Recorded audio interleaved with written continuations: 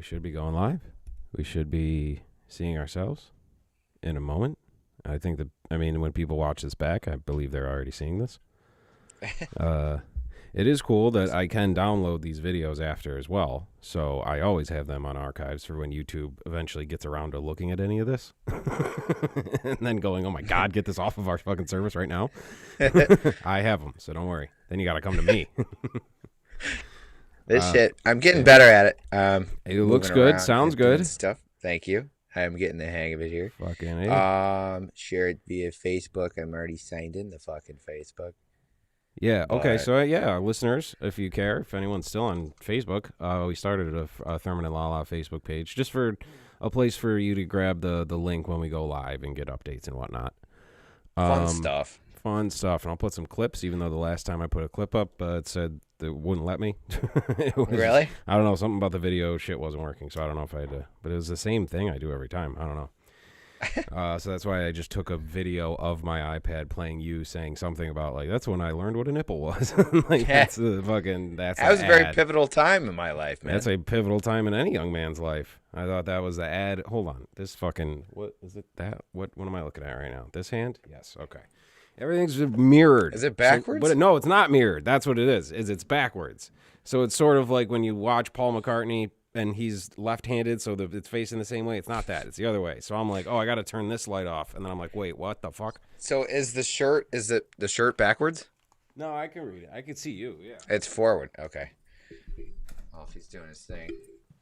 It says Ice Cube's a pimp. I'm very happy with it. Fucking light. Yeah, that's a great shirt. I am. I'm like, look at my cool hip-hop shirt. Can you read it? Ice Cube's a pimp. It's a Goodyear blimp saying Ice Cube's a pimp. So, yeah. No, I saw it. And, dude, there's a fucking website called $6 Shirts. Really? But then if you buy 10, you get them for 50. Wow. So there's dude. I got a fucking Autobahn T-shirt. You know, remember the fictional band from Lebowski? Yeah.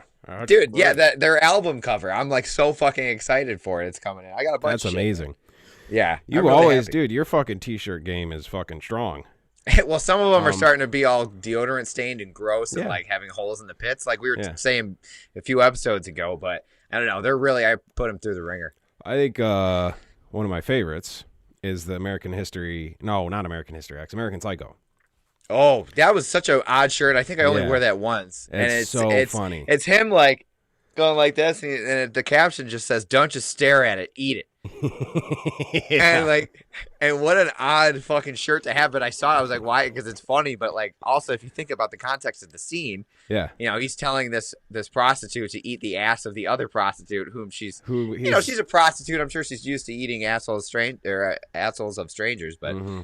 It was very, he had to stop in the middle of the sentence and tell her to do that. Don't just stare at it, eat it. Don't just stare at it, eat it. Like he's teaching her how to be a whore. Like she's not doing it right. But it's funny because even out of context, that shirt is very creepy and inappropriate. Almost more. Like if you know the context, you're like, wow, that's hilarious. Because that's a great movie. But if you don't know it, you just see a shirtless man winking and pointing and says, don't just stare at it, eat it. Yeah, and so I bought it and I thought it was funny. And then I got very funny. But I remember we went to like fucking, I don't know, we went to like Rite Aid or something. And like we were in public and like you had a button up over it and you suddenly were like not with your friends. So you were like, yeah, wait, this is crazy. Yeah. That movie about the serial killer? It's hilarious and we always quote it. It's totally fine. Yeah. It's funny if you saw it. It's got film. One of those like uncle fucking vibes to it. Like don't just stare at it, eat it. Like it's got like that dorky uncle shirt. It's a weird uncle saying to say, yeah. It ain't gonna lick itself, like one of those shirts. I have one that's that again I thought it was genius when I bought it because I saw it and I just clicked buy immediately and fucking it's Michael Jackson. It's like during the E.T. Like when that movie came out, there was a cross promotion. Yeah. Michael Jackson he made up a whole soundtrack to that movie that they actually scrapped and never used. Wow. So there was a promotional poster that my sister used to have of E.T. and Michael Jackson, like arm in arm. You know what I'm talking about? Yeah, I know. Yeah. So I found that T-shirt, which that alone was the T-shirt I was looking for. But then I found something that was so much better. It said, it's that photo of Michael Jackson and E.T., but it says Alien versus Predator. Yeah, that's good. That's great. But great. You can't really wear it because that's like a sexual predator like joke. on a Yes, it is, t-shirt. but that's very funny. You know what I mean? Yeah, to me to wear in the house. Kaylee, when she did that video of her making fun of me, like her dress as me, that was the shirt she was wearing. Oh, actually. really? Okay, so I don't know if you'll be able to see this. I'll try to hold it up. This was on SoundCloud. When I went to like upload a thing, it was during like before the election where every fucking it was like Kellogg's wants you to vote. You're like, what the fuck? Everybody was up your ass to fucking vote. Yeah. So I sign into SoundCloud to put shit up, and then a thing pops up to like offer like, hey, don't forget to vote. And this is the two people that they had. Fuck, it's not. You're not gonna be able to fucking see it. Can you kind of see it? Can you move it over a little bit? Yeah. Wait, huh? Those are the people voting? That was the two people in the ad for the voting. And I put it up and I said, both these people look like Michael Jackson. They do. Move it to your right just a little bit. Yeah, perfect. Oh my God. They are two different versions of Michael Jackson. They both look like Michael Jackson. Holy and I'm like, nobody saw this. SoundCloud's a pretty big fucking company. Like nobody, they had to have done it on purpose. That's my only conclusion is nobody like walked in and was like, all right, me, you guys are fucking around, right? Like, you got. Like, do you think that like when he set remember he did that Pepsi ad and he set his hair on fire, right? Well, there's a theory that was like, isn't there some conspiracy theory that like he died and that's why they brought him back and he looked different? I think that he was in danger. Like he sued probably Pepsi, and part of their thing was so Pepsi. All right, him? if we lose his, if they we'll off him they didn't kill and bring him back. If we're gonna bring him back, let's bring back a white guy. Sell a few more fucking records. That's what my theory is that they instead of like being sued by Michael Jackson, they're like, hey, all right, we were saving this for later, but we're going to make you white. And he's just like, all right, okay, I'm listening. Dude, you know what I mean? That is the biggest fucking promotion you can get in show business. Absolutely. Used to be back then. Yeah, now he's like, man, we had the biggest sponsor, the biggest guy advertising our fucking, Pepsi, but our product, but he's black. What are we going to do about it? Yeah. And Jerry in the boardroom comes up with this weird bleach disease idea. Somehow that no one has that. Well, no, he got it like the way like Jeff Goldblum got the cold idea in Independence Day. Like he was like putting like white out on a fucking thing and was like, wait, say that again. Bleach. With some old Judd Hirsch's hairs and old Julie. You need to pour some bleach on it. Clean it off. Pour some bleach. Wait, what did you just say? Say that again. Huh? I said pour some bleach on it. And then he kisses him. You brilliant son of a bitch. You Jesus. All right. I think is my mouth off of my words a little bit, or is it fuck with me? No, I think it's good. I mean, from my end, I can see it. It's weird because your the FaceTime video isn't right in front of the live feed video. The fuck was that? Was that you? Was that me? I don't know. It sounded like something up here, and then you kind of. I don't know. Something fucking. Kaylee's doing something, I think, up there. I never know what the hell she's doing over there. Like, did I hear upstairs your girlfriend doing something goofy? And I was like, what's that goofy bitch doing up there? That's what they do. They lurk. I mean, they give us the space that we need to do the show. Yeah. Most importantly, it's not like I wouldn't want her hanging out. What she does really is take care of Lucy, the most annoying dog on the planet. So if you're not paying attention to her, she's off in the distance, just like, like, you're just like, that's not good for anything, let alone a live recording. We had Lee's parents' they have two little dogs and a cat, and they had them at the house today just like because they were showing their house and doing all sorts of shit. So we had these two little dogs. So I thought we were gonna stay in the cage, but the dogs were like, "Fuck you, I'm fucking getting this is my house now, bitch." And they were like walking around the whole time. It was pretty funny, but it was like we don't have one big normal sized animal. Yeah. There was like 7 tiny ones. Because like Matt the cat is the biggest of all of them. Yeah. It goes me, Matt, Lee, outside kitty, like then size. That's how. I don't know. Lucy and I tie each other for sure, man. We fluctuate. Yeah, absolutely, you and man. Lucy, and then you and Lucy are like we can't do this anymore, man. Dude, you both got empty wrappers. She's old and like to the point. I mean, she's like 6 years old, I think, or no, maybe.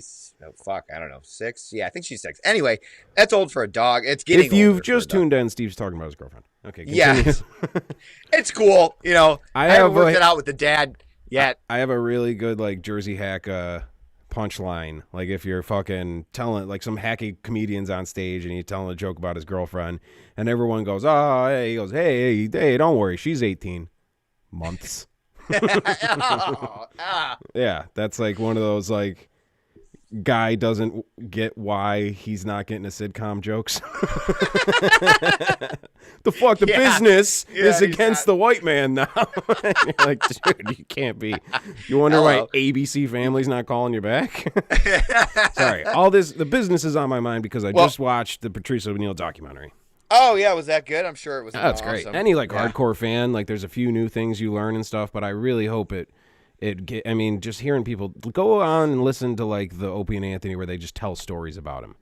And he was so fucking brilliant. It's everything that you share is like the funniest. I just everything he says is like the perfect thing to say in that fucking moment. He was fucking perfect. It's brilliant. There was Bill Burr had a story about like he's one of those mythy guys who like you hear people. Well, okay, speaking of myth, sidetrack. We did watch the Charlie Sheen roast that he did, and he's like talking about Jeff Ross. And he's like, Jeff Ross's funniness is legendary, and by legend I mean a myth. I mean like people say it exists, but no one's ever seen it. And that it's so fucking funny. But why did I just start saying that? Well, he's a dude where like the stories about him that weren't on the air, that weren't on the specials. So it's like news shit. Well, yeah, that. But I'm saying like on O&A, like after he died, especially like the stories they tell about him are so fucking funny. One was they were doing like a PETA, like pets for the SPCA. They were doing some fundraiser and every comic was bombing and the crowd sucked. So Patrice got up and just described like how he got up that morning and cooked a puppy for dinner or for breakfast and like described like cutting up a puppy and cooking it to the SPCA, like shit like that. You know? Why wouldn't you? That's fantastic. He just did not give a fuck. Like in the world of don't give a fuck, he was the king of don't give a fuck. But we need more people. Really give a fuck. He don't give a fuck because he really gave a fuck, if that makes any sense. He cares. I understand. About righteous shit. So you can't give a fuck. Fuck the SPCA. It's more go up there and be as funny as fucking possible. Right. Making your friends laugh is better, you know. That's better. I always thought, man. What the fuck was I talking? Oh, Lucy, dude. Yeah. She, I mean, who cares about my dog? Here I'm telling but she's old and fat enough to the point where every move that she does, like a fart slips out. Like, you know what I mean? Yeah. So it's pretty entertaining, but it's like she'll piss you off to the point, like she's just so fucking, she's a lot to handle. But then she's like an African lion hunting dog, right? Right. Who hasn't hunted any African lions? Yeah, I feel really bad. So she's got, yeah. Did we do the whole thing about like defense and why like me and Lee were talking about psychologically why people get so defensive, especially like online? Someone's like, yeah. And we were talking like it's in our DNA to fight fucking tigers and shit. Mm-hmm. So it's in this bitch's DNA to fight tigers. She's sitting around playing video games with you. She's got some fucking pent up energy. Yeah, she needs a lot of exercise that you gotta go to like, don't they have like pet meat apps where you can set up play dates with your dog? You gotta find, for sure, but dude, you gotta find a lion, someone with a lion, so your dog can hunt their lion. She's the worst, dude. I my God. But then I'll like yell at her for something, and then she'll like sit down and just like, and I'm like, okay, that's pretty funny, you know. She's like, but it'll be like we'll have guests over, you know what I mean, and like somebody sits on the couch, and that's where she sleeps. So Lucy's like, I'm gonna pop up here, and she leaps and. Like right next to the person's face. It happens like every time we have like a video game. Yeah, exactly. Or like when Tim jumped on the fucking it was exactly the story. He jumped. No, it was off of Costello's like skateboard? The deck. I remember it like it was the deck that the stairs went down to the water. So it was just like this little platform, this wood deck. And Tim's like running and he jumped. And I don't know if he got a text. Or his, I think that was the sound when you hit the volume because I had the same phone. Oh, okay. It was like a flip phone. It was way back in the day. Yeah. It hit the thing, and the sound as he jumped and like did a little kick, it went bloop. It was like a Mario sound. Yeah. It was like, dude, perfect can timing. you do that? You can do that? I knew there was something about it. Did you know? Go punch that box. Let's get some fucking money. So I was driving. The dog has a built-in whoopee cushion. That's what I was going to say. Well, Jamie's dog does the same apparently, thing. Jamie's dog is exploding at all times. So, all right, I'm driving at work, and I see this billboard. There's a lot of weird ones, but this one, I was like, what? Okay, so it's Elton John. Okay. And it's like a thing that it's like a knight is fighting for AIDS. And he's like, it's Elton John, and it's like fucking year this was whole this? yeah, right. But like it Were just you now, one? like a few days ago, I swear to God. So he's Sir Elton John. He's all fucking gay. Like, hey, Piano gay. Man. There's a new fucking sniffles going around that everyone's talking about. No one cares about that one anymore. Yeah, that's old news. AIDS, who cares? Yeah. But the thing is that what's fucked up about it is that the organization, it's a website, and it's called passiton.org. Yeah. Do you think that, like, they thought about that? It's about prevention of AIDS, and it's called Pass It On.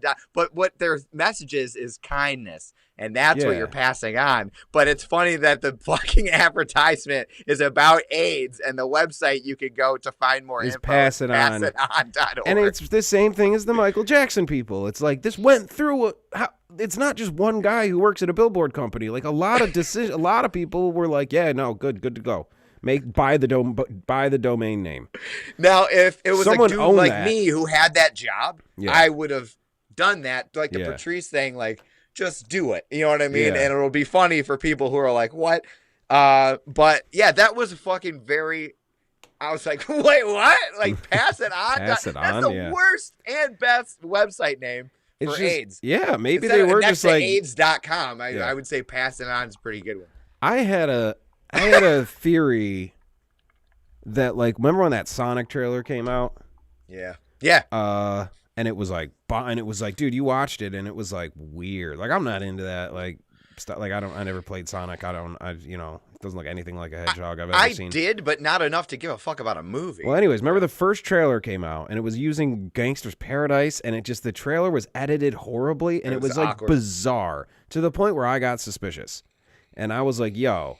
And it was it went viral, and it was the talk of the town, because, like, I remember we were recording with you regardless, like, when that came out, and we were, like, outside, like, while the dude's doing the wings, doing a lot of hurry up and wait, was sitting around the studio waiting to fucking do shit.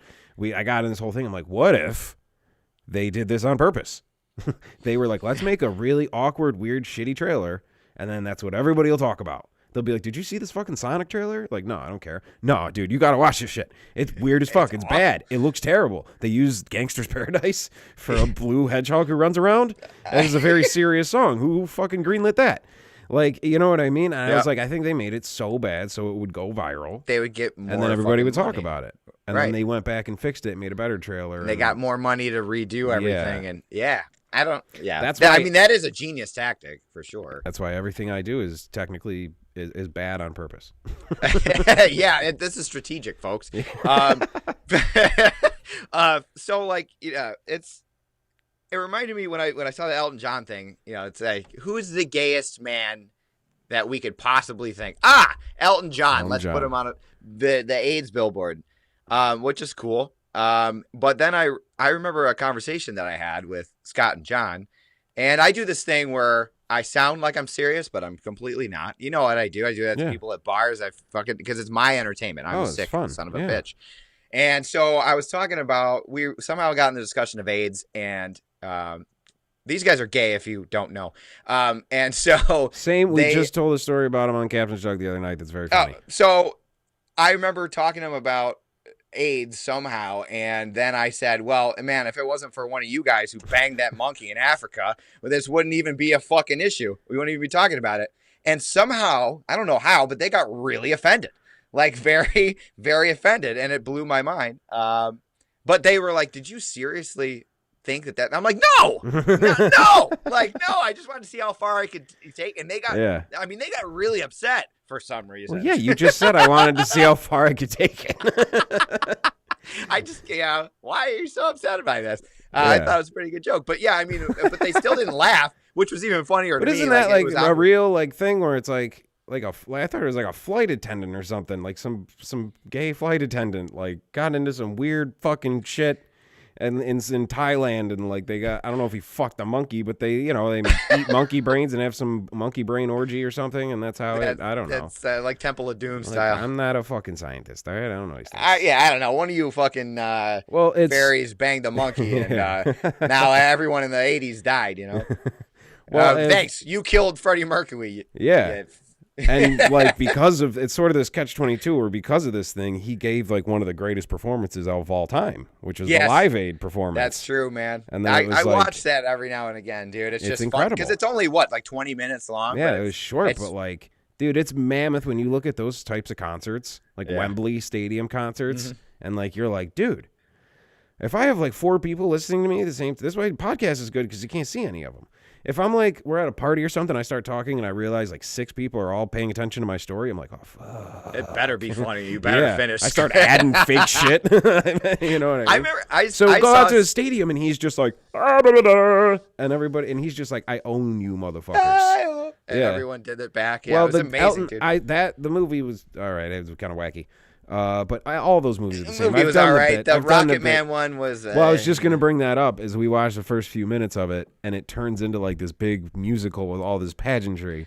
And I'm like, I felt like a fucking idiot because I'm like, oh, well, yeah. Of course. I'm the one who's like, why is the Elton John movie so gay? A musical and very gay. Yeah, you're like, what? This is the gayest... Oh, right. Yeah. They actually kind of nailed it. They did a terrific job. Yeah. Yeah, I don't know, dude. I get thrown off, especially because I'm not a musical fan. I'm a musician and I love music, but I don't like to watch show tunes. It's not my fucking thing. No. So when there's like a movie that turns into a musical that I wasn't aware of it really, like that happened. I mean, Rocky Horror Picture Show. It's fun to like watch it every now and again. There's certain ones, like any of like the stuff the South Park guys did. Little Shop of Horrors. Yeah, they're great, man. That shit is fine. Because it's almost parody of it. Yeah. But like I won't put on fucking Les Mis and watch Wolverine and the Gladiator fucking sing about some Anne Hathaway or whatever the fuck. Yeah. Who gives a shit? I watched all those Dark Knight movies. And it's like recently. You gotta like, I mean, you suspend disbelief, but it's just very awkward to me when someone like in the middle of like they're talking and then midnight all alone in the dinner. You're like, you forget about it almost, and then it happens. You're like, what? Why is this a thing? Like they're all dancing and the song sucks. It'd be funny if it ended and there's one guy off to the side that's like, do you guys practice that? Why didn't anyone tell? What the fuck is this? I didn't know we were gonna do a whole. I thought we were just fixing the car. I didn't know we were doing a whole Grease Lightning thing. You guys are like, hey, we need help at the mechanic shop. I didn't know there was a whole thing. To be honest, I feel a little left out. Remember that movie that it was like Scary Movie, but it was the lame, like cheap version of Scary Movie. You know how they do that? Like a big movie will come out and then some weird other company will make the same movie, but like, it's called Shriek. Remember Shriek? And it's just each one is a descending in the Wayans brother. Yeah, exactly. And they're not. These ones were like the B-sides of those parody movies, which are already the C-list. Jamal, you know what I'm saying? Jamal Wayans. Which one's that? He's like even a cousin. They're like no relation. Just my name's Wayans, and they just gave me this. So like. There was a scene in that though where the dude's in like an auto body shop in high school, like he's doing like the fucking auto shop class, and like he jumps into this thing where it's Grease Lightning or whatever, Grease Frightening, I think it was, but like they don't even let him get. I'm like, fuck, it's gonna be a musical, and he gets like 30 seconds in, and the other shop dudes they're like, fag, and he's like, no, it's gonna be. I mean, it sounded a lot cooler up here. But you can. I mean, look at like the Christopher Guest movie, Spinal Tap, and A Mighty Wind. Those are great. No, it's not. I associate a musical with like Cats. Yeah, you know what I'm saying? That type of shit. Or when It's Always Sunny, when they do fucking Dayman, Nightman, and that shit. That to me is amazing. I'll always love that. It can be done, but the traditional, musical. It's just not for me, and that's for other people. That's great. If you want to bang a monkey and bring a disease home, that's fine. That's how they started AIDS. Someone went and banged all the cats. Oh man, dude. So, okay, all right. This one makes me feel kind of really bad. It's all right. I didn't do this for my own enjoyment. All right, it just happened. All right. So I was working and I went into this department store to pick up their money, but it was like the first time I had been there and I didn't know where the office is always in a different spot. I don't know where it is. So I asked somebody, it's like the greeter at the desk who like gives you like a fucking cart or like wipes down your shit or gives you like fucking, Yeah. you know, hand sanitizer, that shit. So I asked her, I'm like, this girl, and I'm like, hey, do you know where the manager is? And she goes, yeah, sure, I'll get her. And then she's like, one crutch and another crutch, like Hank or fucking Walt Jr. Yeah. And like then she starts like it's like clinking, and then she's dragging her feet. And I'm like, no, I didn't know, because she was sitting behind a desk. I did not know she was crippled severely. Yeah. And so then I'm like, no, it's fine. I can find a manager. Then she's like, no, I can do it. And I'm like, no, please, like, don't. And she's like, no, I got it. And so then it became like this whole test of like her might and you know what I mean, her perseverance. Like it became one of those moments I just wasn't ready for it. And so she did her thing. She, you know. That's actually, that was an early episode of It's Always Sunny when Dee's faking it. Yeah, and she's trying to get the hat. That's and they go, she goes, like. it's very important that I do this myself. And then everyone applauded for her. And she was faking it. Maybe this bitch was faking it. You test it, kick one of them crutches out and see her catch herself. You're like, ah. so yeah, like I don't know. I felt so bad. And she did it. She found a manager, you know, mission accomplished. But then like, that was just not what I was trying to do. And I told the person that I work with when I came out, like, what happened. She was like, you asshole. And I was like, what? Like, I didn't do this. I wasn't like, hey, why don't you get something for me over there? And I'm just watching her like, you know what I mean? Like, no, I didn't know. And then and I didn't have time for this. I could have that's just such a Curb Your Enthusiasm moment where you don't like, you're like, like, you didn't know. And then she's like, no, I'll go get it. No, don't mind me. I'll just stroll over here and go like, get her I was for such you. A dick, you know? Yeah. Like, you just stand there. And I'll go and get the manager. Okay, yeah, no, that's fine. You just have fun. Have fun. Like, do you need help? Or like, you know, no, and she was like I wouldn't say she was defensive because I didn't, you know, give her anything like that. It was just, she was like I got it. You know what I mean? Yeah, man, like, good for her. Yeah, and she did it, and mission accomplished. It was great, but it took so long. I know I've told this story before. But we got a camera, so maybe it'll make more sense of how weird this was to me. Walking down the street, there's a woman walking towards me. She's got a Rosie the Riveter shirt on. And it's Rosie the Riveter doing this, and it says, yes, we can. Yes, we can. And as she's walking, I'm noticing she's like swinging one arm, and the other arm's just kind of fucking Molly Shannon on Seinfeld. Like half though. Yeah. Like just one arm's just dangling. And as she gets closer, you realize she's got like a plastic like hand, like she's got a prosthetic arm. Mm-hmm. And I'm just like, man, if there's like, yes, we can. But I'm like, if there's like one thing in this earth she can't do, it's this. You know what I mean? Like, it's just very funny. It illustrates like, literally the one thing. That is such a nuanced little thing, but you get it? Like, yes, we can. It's the sentence, yes, we can. And a woman going like this with just like, you'd have to, I mean, fuck, dude, give you 1 million people, you'd find one who, you know, it's just funny. Maybe she found like the humor in it. You know what I mean? It'd be like if I wore like a Black and Proud shirt or something. I don't know. It's just like, dude, you're not that at all. Yeah, why? Like, you're neither of those. I gotta find. I was gonna send it to you earlier, and I totally forgot because I got pretty swept up in things. All right, so I got swept up as well. Everybody. All right. Well, you know, yeah. Okay. You leave with the story. I find a video. Yeah, you find your thing. St. Patrick's Day, March 17th. The Irish Wake Band is playing at Rapids Theater. Our friend Ray Barry is busy, so they needed get ready. They needed a Ray placement. I just lost the gig. Good thing I just found the video, folks. We're almost back on track. Right. So they need, So St. Patrick's Day, I'm playing with the Irish Wake Band at Rapids. I'm gonna play some banjo, play some guitar. It's gonna be fucking fun, man. They gave me the set list. It's gonna be a fun night.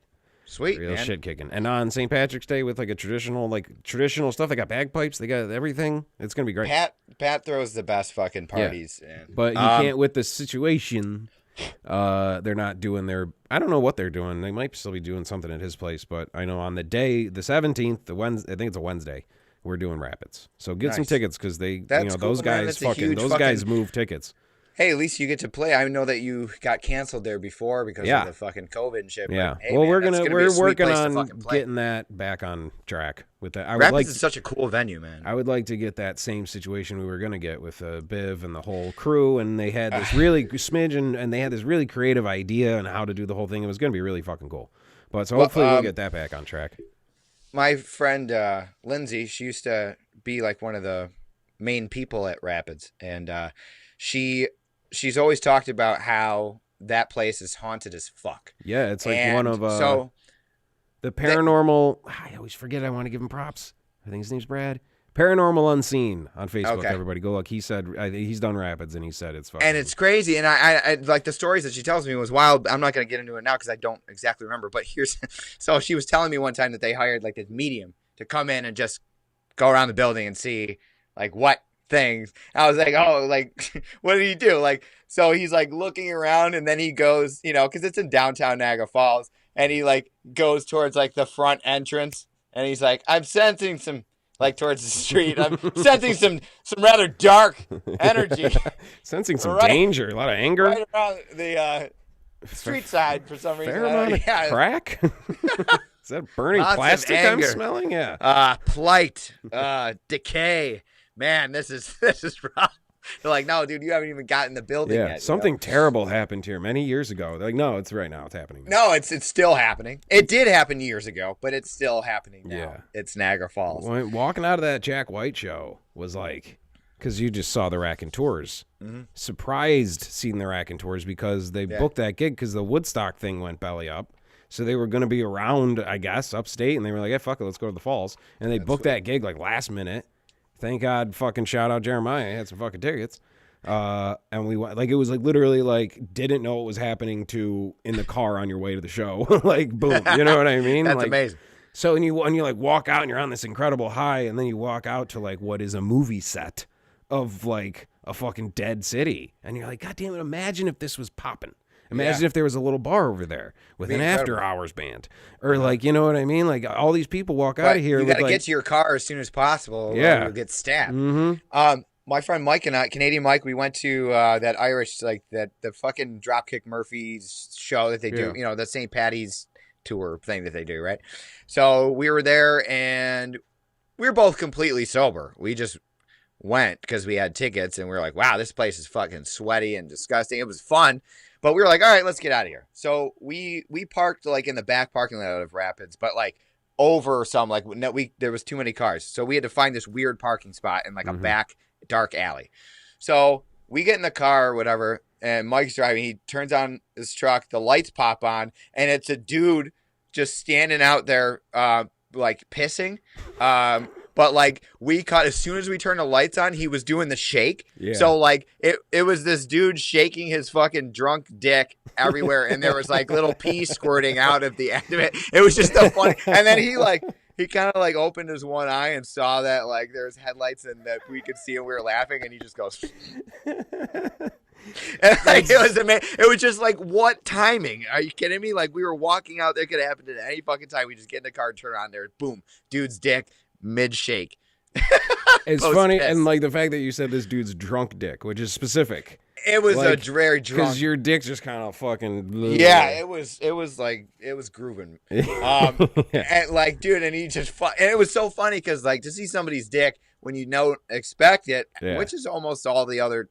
Pretty much any time I've seen someone else's dick other than mine has been very unexpected, right? Like you with that weird kid in the boner and on the bus. Oh, right, yeah. And we all were like, oh, my God, he's going to die. Yeah.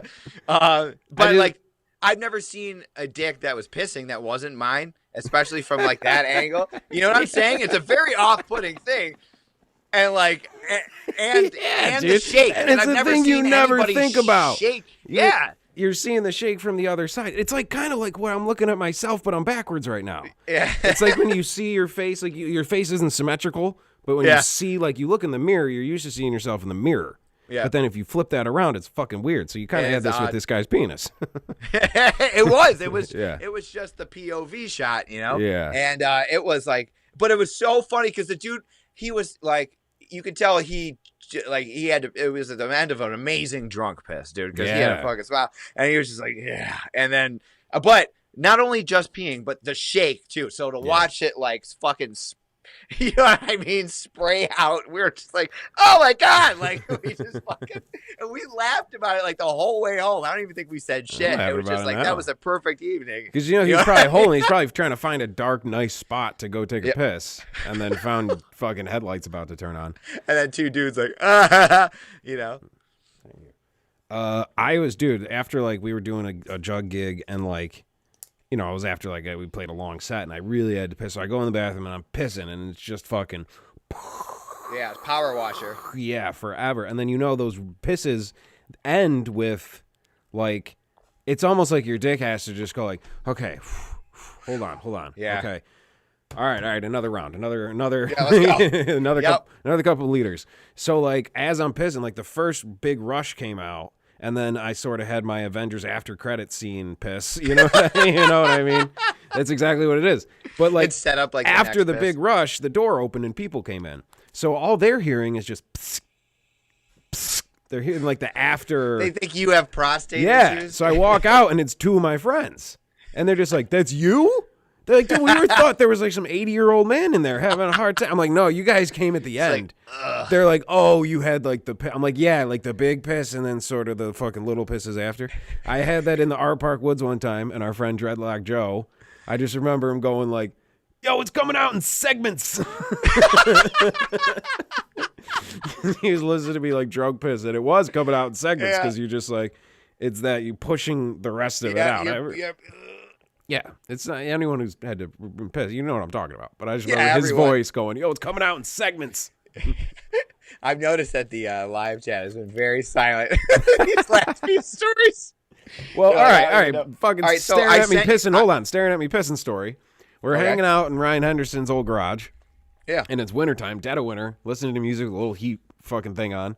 And I go out to piss, like not in the house. I just go out in the yard to piss. And like while I'm pissing, like he was out like in the farmlands. The wind starts coming through and starts kind of like blowing my piss like around back. And I'm like, oh shit. And I'm like fucking spinning around trying to like find the wind like a sailor, trying to like piss with the wind so it's not on me. And I'm just like, I finally get it taken care of. And like I shake off and I'm like, I wonder if those guys saw that. And then I turn around and I look in the window and I expected to see you guys like hanging out. And not only did I saw Ryan at the window like this, like looking out. I'm like, I wonder if those guys saw that. Cause like, and I look over and he's looking at me like this. And I'm like, I come in, I'm like, what the fuck you doing, dude?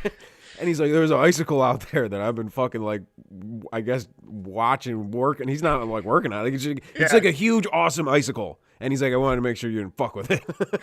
Like, all right, I thought you were fucking looking at my icicle. We used to spend a lot of time in Ryan's garage. Yes, and we did.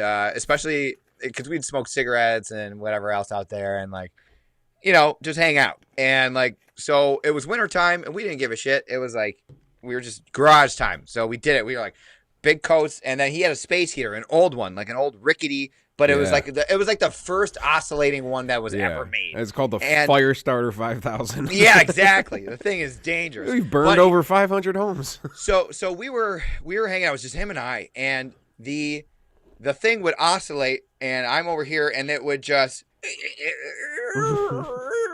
and then it would just stop at me, and I was like, "Wow, that's weird." And then like, so then it would stop, and then eventually like, I got up to change the song. If you don't move, it can't see you. Well, dude, okay, very still. It's vision space time movement. So it fucking all right. So then I think it went out of its thing and whatever, but then it and then stopped at me again, and I was like, "What the fuck?" So I got up to go change the song because it used to have that sound bar, you know what I mean? So my phone back in the day before Bluetooth, that was plugged in. Wow, we're old. So it fucking so I go up, and the thing moves with me. And it stops at me on the other side of the room. And I was like, but it always, I was like, maybe it stops in this one spot. So I sit back and that one followed me. I was like, that's weird. So I sit back down. The thing, it moves again, and it fucking stops at me. And I'm like, dude, fuck this thing. What the fuck is happening? So then I move my seat back so like past its point where it stops, it's facing me. Yeah. And it moves again. Oh my God. Towards me, and it stops, and I look at Ryan, and he's like, and I fucking I think I like ripped it out. Like I think we stopped. Like I think I unplugged it. Yeah. And I did the thing from Home Alone. I was like, I'm not afraid of you anymore. I was like, you can't hurt me. I'm not afraid. You know what that you had yourself a bit of a maximum overdrive situation. Kind of. Yeah. Yes, it didn't try to electrocute me or anything like that. Great film, by the way. Yeah. You can tell Stephen King did that for Coke money. Yeah, Zach Amico calls it Cocaine the Movie. Absolutely. He's like, hey, let's have AC/DC score the whole thing. Fucking. So that was that possessed fucking heater. Ryan brought it up to me the other day. Creepy. It was that's terrifying, really weird. man.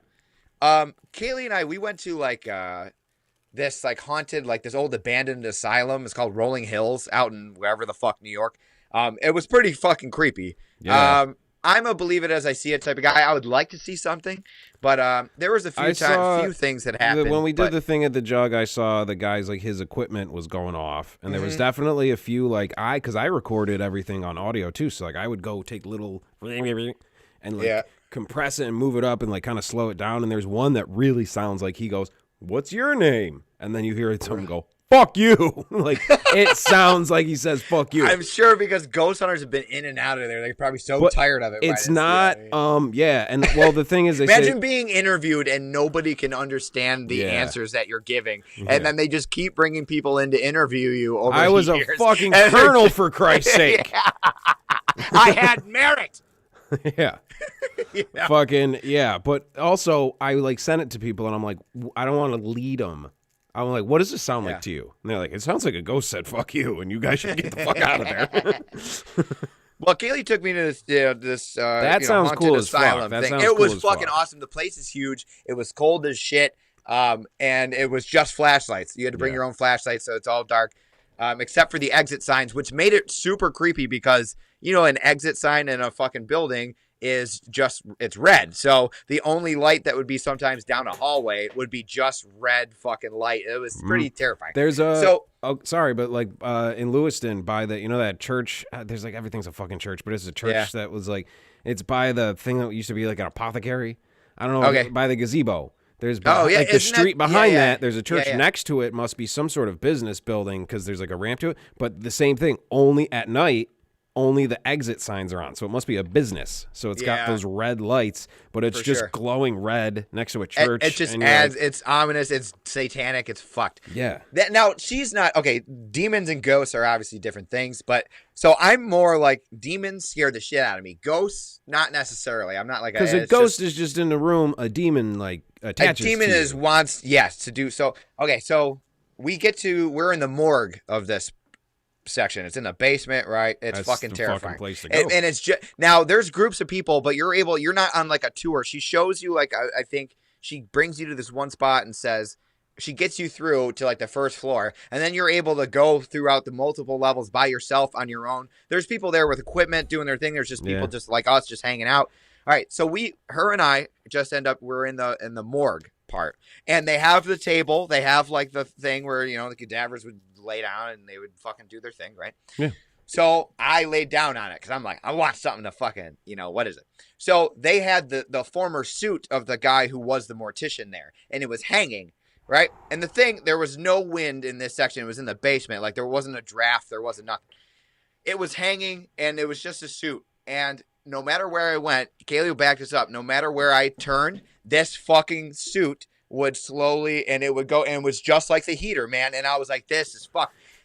And I was laying on the table, and Kaylee will back this up. I'm telling you, man, I got like my foot got pulled. Oh. So it didn't feel like it was like I said. She knows the ghosts. This lady, she knows like their former patients. I don't know, but she said there's nothing like evil here. They're not here to hurt you. But then there's ways to go about it. Don't fucking, you know, make fun of them. Don't do that shit like that, which is respectful. We want to do. But I was like, okay. And that's when I got up off the table. But this suit, she watched it, and it didn't work for Kaylee. It was like it just followed me wherever I went, but it was so slow. And maybe you could say it was our draft, but it's not like we were running past this thing. The suit was fucking still. Then I'm thinking, because I'm kind of skeptical, I want it to be real so bad, but I'm like, what if she's up there and there's like a string and she's just like, that's what I was saying too, is like they got this kind of like haunted house situation. They're like, yeah, go be by yourself, do whatever you want. And then they have like a bunch of booby traps around to fuck with people. Or what if they make ghost finding equipment randomly go off, you know what I mean? Like the fact that the heater, you know what I mean? The fact that then the heater why are you going to and buy the ghost suit equipment that doesn't work? Like because if there are no ghosts, then that's not a real thing. So you make a product that senses this and beeps when you know what I mean? It picks up a fart, and you're like, but oh, the there's fact some activity here. Several years apart, the heater and the suit did the same thing of like just oscillating and following you. That's bizarre. So what if I have something attached to me? I would see a dermatologist. dermatologist. But what if that's like, it's, like when you're around a thing like that heater was in like some fucking lady died in her apartment and that heater was on, and like there's any sort of object that has this spiritual fucking goo on it, you know, like it senses the fucking shit on you and it's like starts looking at you and following you around the room. I've been like, do you see the thing from the fucking Wire? Well, the thing that guy does every time he speaks. He's in every... And he always says, she. And in every in 25th hour, he's in, he says that's like his thing. Yeah. I haven't seen like an actor do a catchphrase since like Schwarzenegger. It's kind of strange. Yeah. You know what I mean? Well, Schwarzenegger had catchphaches for his characters. He didn't say, I'll be back in Junior. Like this guy says, but he did say, I'll be back in like some other things. And he definitely had. But that guy's, it's just very strange. And we were kind of annoyed with that guy because we binged The Wire for a while. And honestly, that's a good show. But I think it's got a different era. Hits and misses. Yeah. It's definitely. Yeah, it was probably amazing when it came out in the early 2000s, right? And then, because that was before golden age of TV where everything was. Same thing with Sopranos. Sopranos is amazing, but like it's a different flow. You know what I mean? It's a different. It's dated. I kind of like that shit though because like, especially like I mean, fucking I don't know, man. I like that. Like it kind of transports you back to another time. Like fucking little fat AJ rolling up to his friend's shitty car and trying to pop his skateboard up and dropping it while in the car they're listening to like gangster rap. I'm just like, dude, that's me. I'm looking in a fucking mirror right now. But then also there's times where like Tony and Carmelo are doing shit and I'm just like, that's me. And there's times Christopher's doing shit and I'm like, that's me. That's definitely me. Yeah, that was me. That's for sure. Yeah.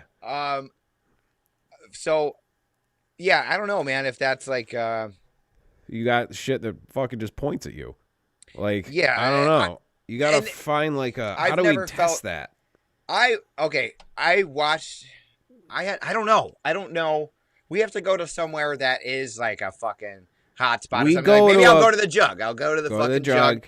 And if there's something that we can hang from something that, I don't know, we'll see if it'll fucking follow me. I was going to say, let's go to like a Salvation Army because that's where they fucking put, like when the guy dies, that's where his clothes go. Yeah, that's true. You walk in the aisle, all of the shirts just turn towards you. It'd be fucking crazy, dude. Hell yeah. I want, like, I don't know, man. That, like I said, the demonic shit terrifies me to no end.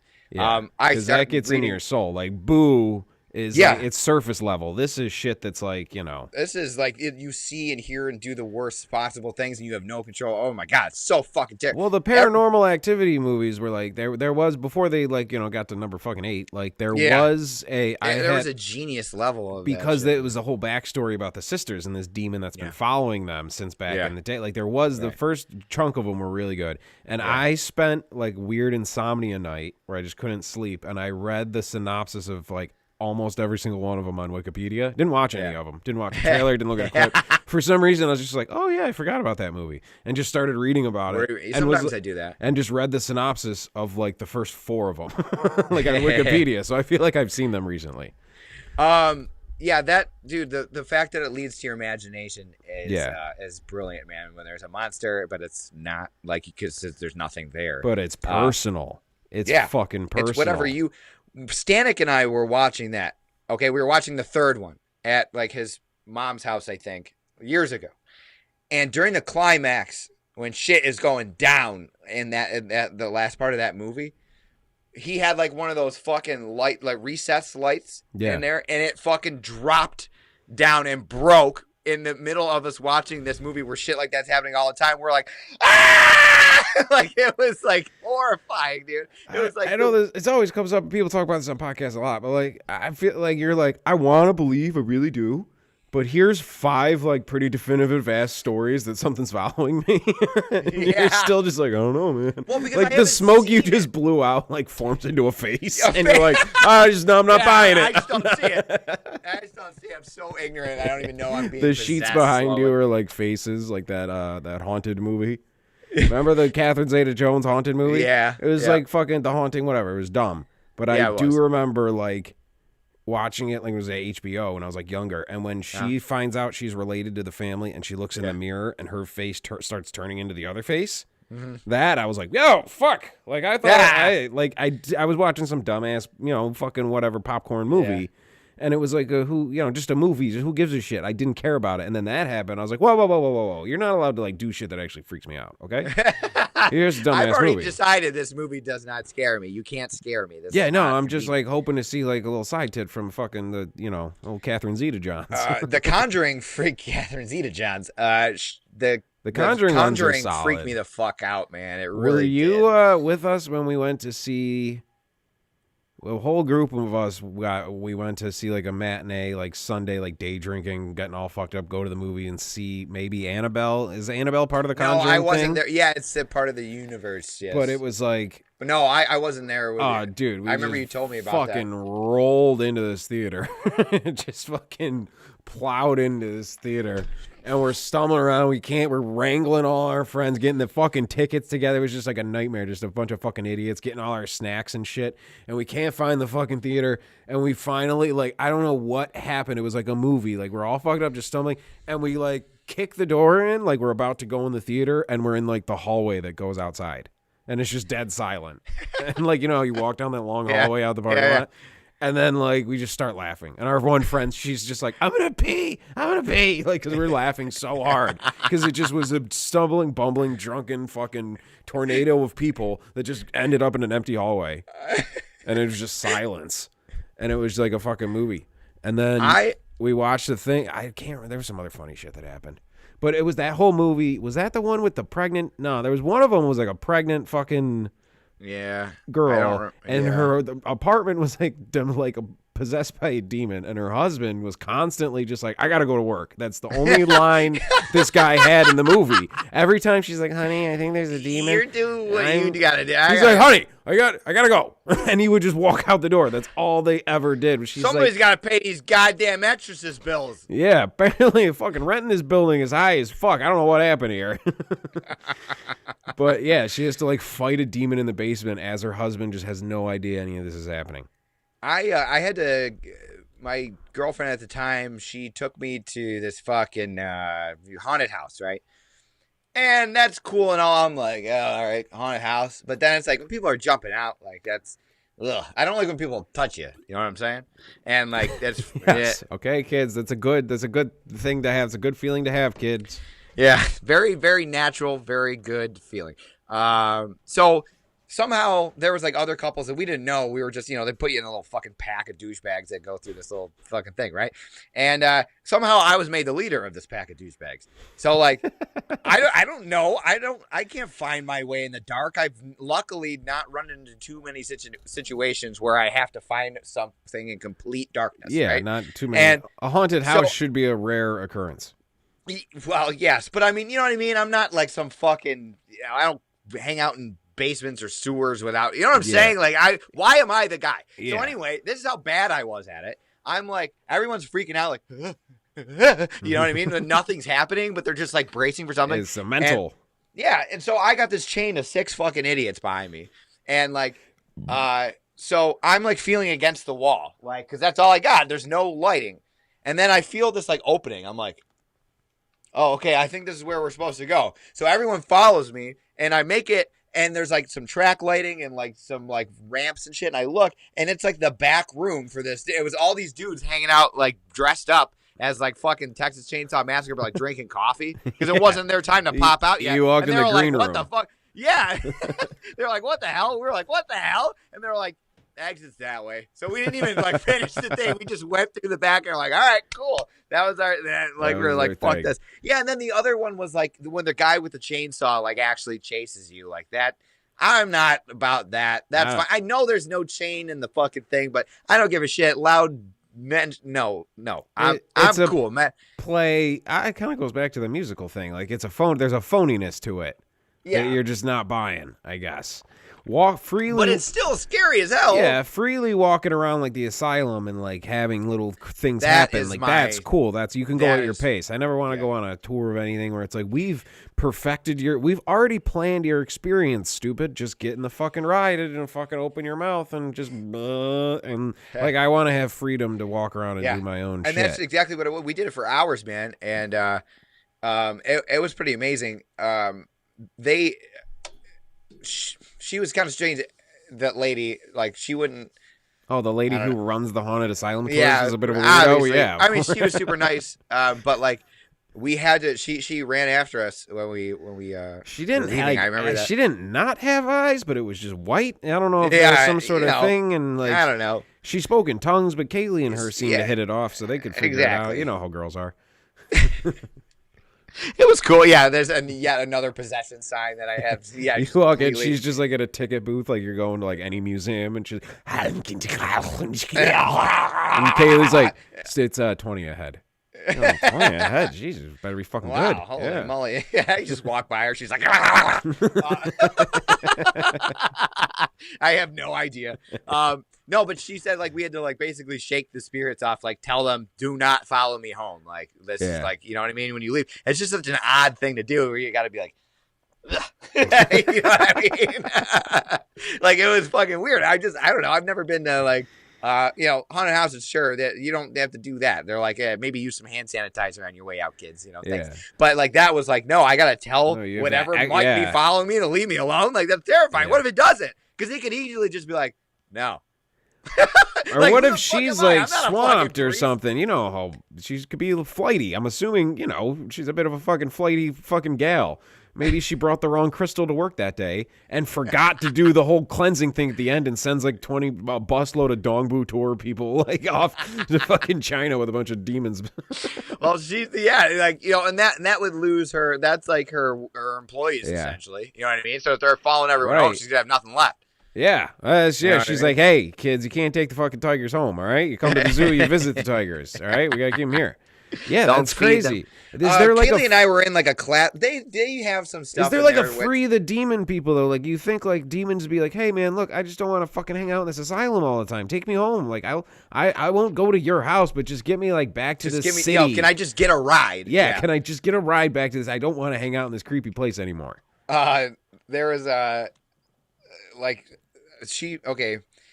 there was some campy things that they put there. There was like a coffin randomly. Like I think she did it for like more like the touristy things that they'll do, like Halloween stuff and whatever, or Christmas thing. She'll have stuff kind of set up so where you don't need this campiness, but there's like classrooms and shit with like old desks and like weird and shit turned over. Like that stuff freaks me out. Like and like when we were in the classroom, there was like wind chimes.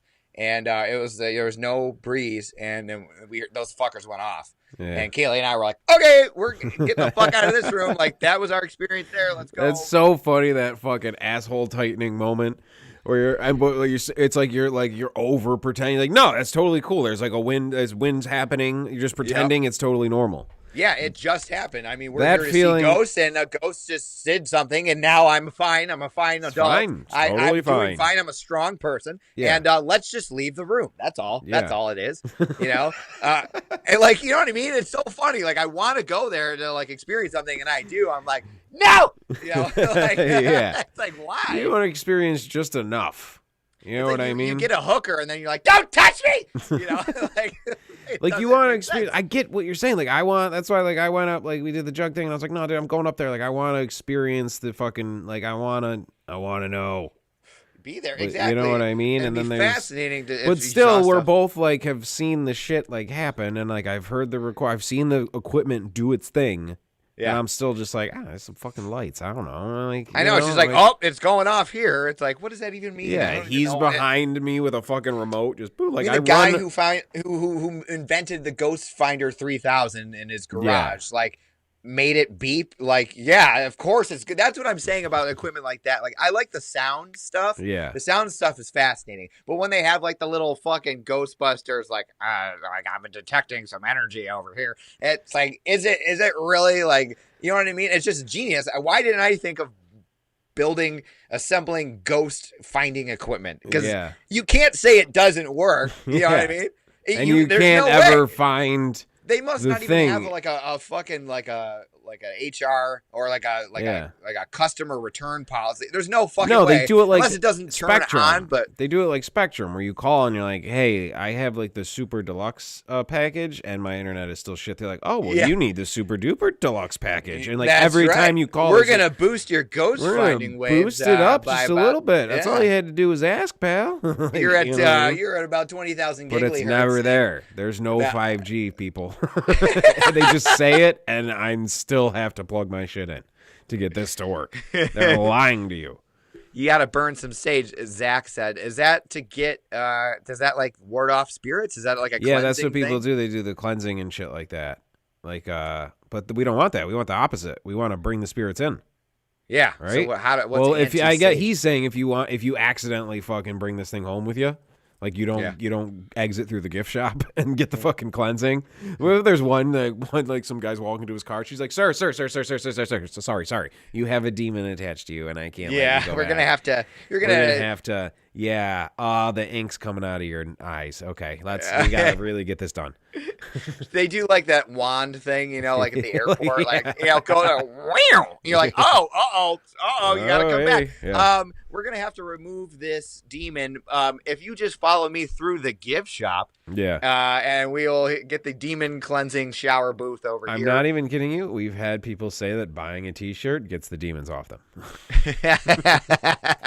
This lady's fucking running quite the fucking thing down there. Yeah, dude, she's got it down pat, and it's kind of scary because she actually lives there. Like that's really? She lives on site. Damn. Yeah, she's got to have like just all day. Because, like, we talked about, God damn it, I really have, like, two topics. We talked about, like, the Comedy Store, the guy, what is his name? Blake Clark. He's the guy that you like to see homos naked guy from Joe Dirt. He was a comedy store. He worked at the Comedy Store, like, in the 80s and 90s and shit. And that place is super haunted. And to the point where, like, when he was telling, like, look up him on YouTube telling stories about it. Like, he, every night, like, doors lock and unlock, lights come on and off. He sets everything up, turns around, comes back, all the chairs are out again. And he just, like, and the guy, he was training a new guy, and the guy's like, that happened a lot? And he goes, every fucking night. Like, you just get, so this lady must have fucking just like, yeah, no, dude, like, the suit spins? Yeah, of course, the suit, there's a guy who lives in that suit, and he's watching you. Was it like a super nice suit? Like a well-fitted tailor? I was gonna say, if it was like a mortician who's like a well-fitted tailored suit for a very fit man with like a flowery little thing in the pocket, and it's following you and not Kaylee. Just like, oh, it's a gay ghost. Okay. Yeah, he's trying to give me that fucking monkey disease. Man. Yeah, that's pretty fucking gnarly. Why is it always? I mean, I guess because people die there, like insane asylums. But why is that one creepier? Yeah.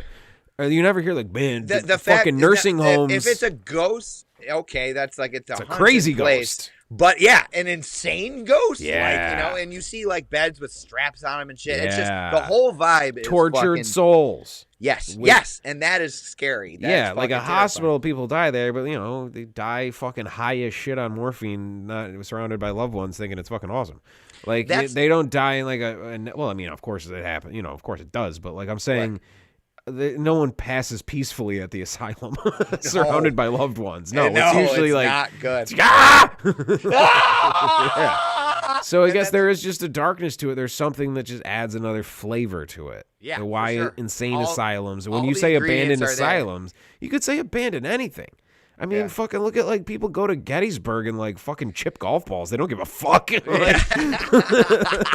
Like why? I don't know. It's just I don't know. It just gives it an extra way thing. About like when I go to Fort Niagara, sometimes we take the dogs or whatever. But that one of the officers' quarters It's like just a building that they don't use at all. It's big and it's fucking. It's just got a presence to it, man. I don't dig it. I would assume. Yeah. You ever done like the candlelit thing? They'll do like the ghost sort of thing. No, we did the photograph thing. Where What's that? I think it's like a Rochester fucking like the photography thing of like the school of RIT or something. They do it at like several locations where they have a whole shitload of people show up at night with flashlights, and people point the flashlights at like the wall. Like we all had a designated wall, and you move your flashlight, and they take long exposure shots. So it's night. Like a photograph that's taken at night, but it's not using any lighting equipment other than us with the thing, so it makes these really cool fucking pictures. Sweet. So we were there at night for that, and I realized that I had never been to the fort at night. So we just like after the pictures were done, like I just started walking around, and there was people dressed up. Right. So it's like at night. Like I don't know why it was so. I've been there a million times during the day. It's a park. You're not it's a supposed park. to be there after dark, right? Yeah. So we were allowed to be. You're never allowed. So we were like walking around the quarters, like inside, like all the buildings at night with people that were dressed all dressed up and shit. And I was like, man, this is fucking trippy as fuck. Dude, do you remember when we were at Art Park after dark? It was me, you, and Carminati. Yeah.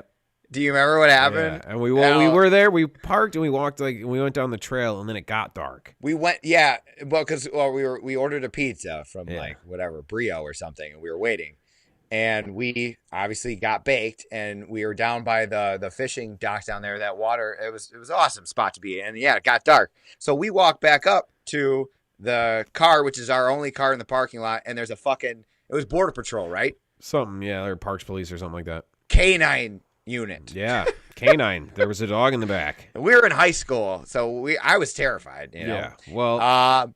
And remember how fucking stupid I was? Like, well, this is what happened. Didn't we all have to like give him our IDs or something? Like, he looked in the car and saw it was like a messy teenager car, and he was like, "Oh, these kids are definitely smoking weed." Yeah, exactly. I'm gonna fuck with them. I'm bored. So we go, we're talking, and God, I can't remember. We all gave him our names. We didn't. Did we give? I don't know if we gave him our ID. I can't remember because I remember I don't even know if I had an ID. Specifically called me. No, you did because you had to go in your pocket at one point. Oh, yeah. He specifically called me over, and then was like, "What's your real name?" And I'm like, "Stop fucking around. Give me your real name." And I'm like, Sean Thurman. Is this not? Am I not me? What? Am I not listed? Am I dead? Like, what are you talking about? And like I saw on his computer, it was like SHAUN Thurman. And I'm like, you spelled it wrong. Sean Thurman. And then I came up and I'm like, yeah, no, that's me. I'm a person. And the whole time, the dog's in the back, like, going nuts. Yeah, because like, I fucking reeked. Like, and I made up some shit about like, I kind of like was like, yeah, I smoked earlier. Like, we didn't have anything on us, so I didn't really care. I was just you had a roach in your pocket. You did. All right, well, sure. Well, I fucking whatever. I remember saying. No, I remember being. I remember he gave us the pat down. Yeah. Okay. So I think you had it. You put it in that weird useless little pocket. Coin pocket. Yeah. Yes. Yeah. So, and he skipped right over it. Fucking dumbass. He was probably just trying to feel your dick. Shitty cops. Fucking do the due diligence. Just to get out there, and start cracking skulls. We wouldn't need a Batman if you guys were doing your jobs. Fucking Batman would have searched that pocket. So I go, I'm at the car talking to him, and I think I made up some shit about like, yeah, I smoke, but I smoked earlier, so because he's like, because he said like, I smell weed on you guys, and I'm like, these are good kids, and I kind of like took like I'm the older, I smoked, and don't so I probably am walking around stinking like weed and blah blah blah blah blah. Like dog's freaking out. He's like, I don't care anymore. Yeah, just shut up. And then, so you came back. He must have taken our IDs or something. Yeah. And maybe like I didn't have one or something. I had to give him my name. He didn't believe me. So you came back and you were like I had explained it. I cooled it out. I solved it. The fucking situation was good. Me and this guy were cool. Me and the dog were not very cool, but the dog was locked up. And fucking you came back and you're like, well, you see, sir, what happened was, and then you go to like put your hand in your pocket to get your thing, and like a fucking stripper fucking rapture, wad of like ones just went poof, out of your pocket and all over the ground. You're picking them up and you're like, we were just waiting for our pizza and we weren't up to no good. Shut up, just like, shut up. Damn it, I just fixed this. You fucking idiot. And I was like, that was like kind of, I was relatively new to smoking at that time. So like, I was like, little kid baked. You know what I mean? Yeah. Fucking just fried, and thinking that I had this. Like, I was just gonna tell this story, and he fucking already knew that the canine dog is like, like ready to murder us. I think just saw that he's like, oh, these are just fucking idiots. You know what I mean? There's no point of fucking doing anything with these kids. One time, speaking of Border Patrol, all right, one time Jimmy and I, we went golfing. And when Jimmy and I used to go golfing, we got fucking hammered. Go figure, right? Yeah. But like, I mean, this day particularly, we were just especially drunk, and we stopped at Tops to get some more beer after we were done golfing. So we're in Jimmy's car, and he has a convertible, but the top is up, so you can, I think, hear inside of that car easier than you would a normal car, but. Okay, yeah, because it doesn't have a hard top. It has a soft top, you know what I mean? You're saying if you were standing outside the car, you could hear the people inside better the car. than you would somebody outside of a normal car that doesn't have a hard top car, right? So anyway, all right, so the top of the car is canvas, people, if you haven't. So I think we just got the beer, and we were sitting in the fucking car, and this guy walks out, and he's like, we're in the parking lot faced towards the road on that end, and then there's that other, parking spots behind us across the aisle. So this guy's walking, and he's got like, this is older dude, like middle-aged guy, and he's got a fucking a bunch of plastic bags full of like heavy, I think like jars of like sauce or jams or something too heavy for these bags, and they fucking rip open like in Home Alone, right? And but they all break and fall everywhere. And this guy, because we saw him, we're like, oh, look at this idiot, like, and they fall and they break, and then the one, like, it was still in the bag, and he was like, oh, I got it, and it fell back out, and it broke, and then the top of it, like the top of the jar was just rolling across the parking lot, and he was looking at it like so sad and defeated. And Jimmy and I saw that, and Jimmy, dude, him laughing, especially drunk Jimmy, he's just like, I can hear it. And it was that funny because this guy was so pathetic. So it's both of us. You guys got to watch the whole thing. It's like a Charlie Chaplin movie. Right. So this guy, finally, because we can't stop laughing. We're hammered, and we saw this pathetic moment in this guy's life, this idiot. And fucking, so he he turns around, and I see him. I'm like, oh, shit, Jim. Like, he's like looking at us now. And he comes up to the car, and like, Jimmy's still like, and the guy's like, we didn't even roll the windows down yet. The guy's just waiting for us like to stop laughing. So, so we fucking rolled down. And he's just making it funnier. Yes, and so this is what this little small dick motherfucker does. He flashes his badge, and we're like, what? Like what? And he's like, hey, let's see some ID. We're like, for what? He's like, you think that's pretty funny, huh? We're like, yeah. Like, duh. Like, how can we show you any differently that is the funniest thing? And it's like, dude, you want this filed as a report? Yeah, you want this on record? Here's the thing, we weren't doing anything illegal. No. Like, you know what I mean? We were just laughing at an idiot. And we were like, I said it to him because I had balls. I was like, is it fucking illegal to laugh at an idiot? And Jimmy's like, because that's what it was. You don't come up and flash your badge. And he was off duty, and he was a border patrol. So we're like, what the fuck? We're two guys in top We're two fucking American citizens. They have more authority than anybody else.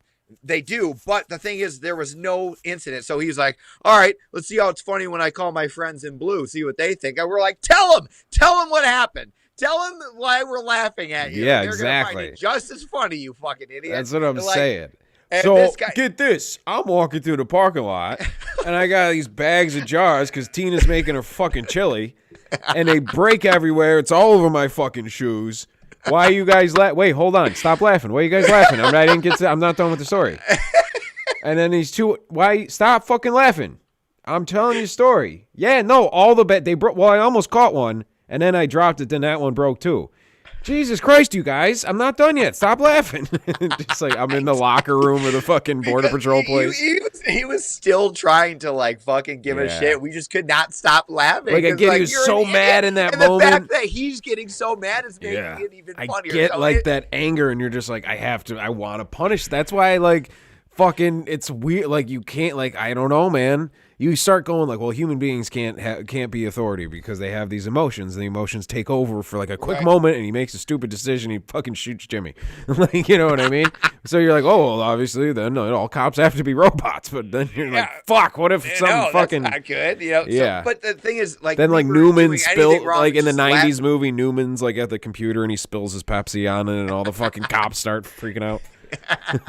Fucking dude, he was what was that Ben Affleck? It was Kevin. What the fuck are you talking about, Kevin? I don't know. It was Matt Damon. What? It was actually Ben Affleck as Border Patrol now. Oh yeah. Oh, dude, if you haven't seen it, the Ben Affleck movie where he's a basketball coach, you know, I stayed away from that movie. Hilarious. Really? As they tell the story, it unfolds and it just gets funnier and funnier.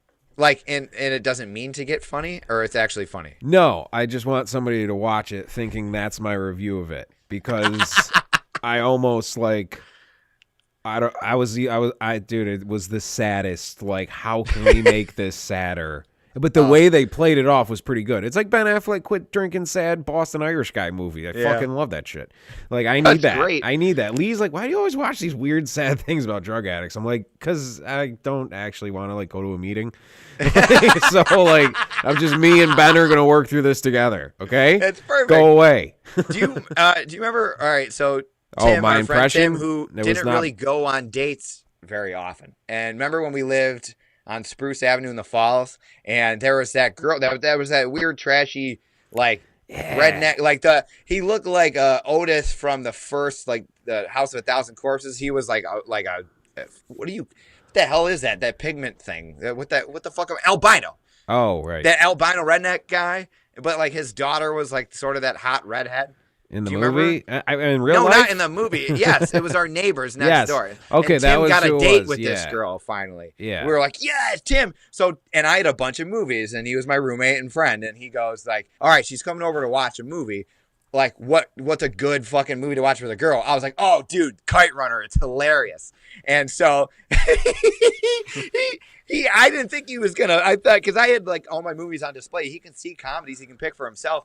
He actually watched The Kite Runner for his first date. So for those who don't know, what is The Kite Runner? The Kite Runner.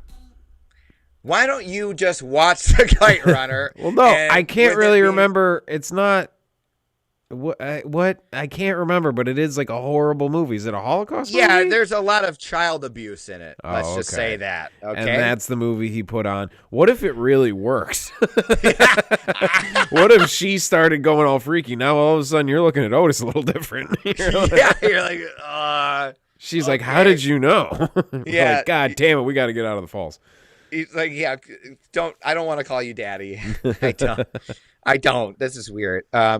So like, okay, so he watched it and he motherfucked me like afterwards. I think were we upstairs? I don't remember if we completely fucked off. We should have left the house, but we were fucking 18. There's nowhere else to go. Yeah. Yeah. So but he was like, you motherfucker, are you kidding me? Like, that was the most depressing movie. How deep you gonna get into it before you're like, oh, I guess my friend's fucking with me, and then that's kind of like a funny thing you can play off. I think he set it up like, let's watch this movie, like it's gonna be. And then we're not gonna watch the movie.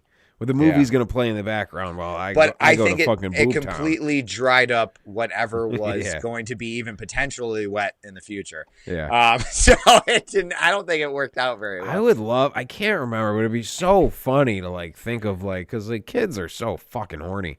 You think about like, Netflix and chill. Like some kid like puts on Schindler's List and then like fucks his girlfriend and like they don't even pay attention to what's happening on the screen. You know what I mean? Like, it's got to be some weird background, Yeah. I think there's a comedian. Fuck, who was it? Somebody. Fuck. There was a fucking amateur like blowjob video where like in the background they were watching some comedian special, and it's very funny that this dude is like, dude, I'm in a porn. God damn it, that would be pretty funny. Yeah. I remember one time we had like a CD disc changer, and I think this girl that I was with, she was doing like a strip tease to Led Zeppelin. It was pretty fucking sweet. Then the disc ends and we're banging, and then the Odd Moses EP comes on, and I just hear like, you noodling around in Tim's basement. I was like, nope, we gotta turn this off. Like I'm not. I've had the same thing because we all have friends who put out music. Yes. And like, you know what I mean? It's just like you're hearing your friends sing while you're trying to get funky, and you're like, yeah, and you know that dude, guy. I couldn't get out of my room. Any sort of cable, like when we had cable for like 5 minutes before I was like, get this demon out of my home. Like TV, if you don't watch TV, if you peacefully enjoy content like I do, or I find a thing and I click it and that's all, maybe a 15-second ad. TV is like, bah, bah, bah, like it's so loud, it's so frantic, it's so like we need to get louder. The commercials are fucking, hey, you, literally, hey, you, no, don't look at anything else. You, right there, yes, you fucker, you, stop looking, stop fucking her, look here, or you, yes, and I'm like, I gotta turn the TV off. Like, really? It's distracting. I'm like, it's literally made like psychologically to get all of your attention. Or there's like a fucking commercial for like ED. Yeah. You know what I mean? And you're just like, come on. You know, that wasn't fair. You Must know, be signed into someone else's YouTube. I don't know why that's coming up. Here's a funny story. I don't know if she'll want me to tell it, but it's worth it. So when Kaylee and I first started like hanging out, we were, you know, as couples do, very, into active. Active. There you go. And one time we were being very active, but I lived with my parents, so we were in the basement. And I put on the movie Boogie Nights.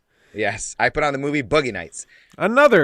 Well, if you just watch the first half, as long as you don't flip the record over to side B. No. Side B is not fun. As long as you stop it, like right as William H. Macy's like this. Yeah, right like, before. If you just hit right there, you're fine. Once you get to New Year's 1980, it's not I good. told the whole story on Captain's Jug about the first time I ever saw that. It was with like you guys, like I think we had a gig and like we were partying at someone's house and like that movie was on. And I was like, this is the fucking most fun movie I've ever seen in my life. This is great. Yeah. And we literally at that scene like had to leave because we had to go to the thing we were doing. Oh, so we stopped it, and I was like, dude, I'm gonna finish this shit tomorrow. This movie rules. And everyone's like, dude, it takes a hard left.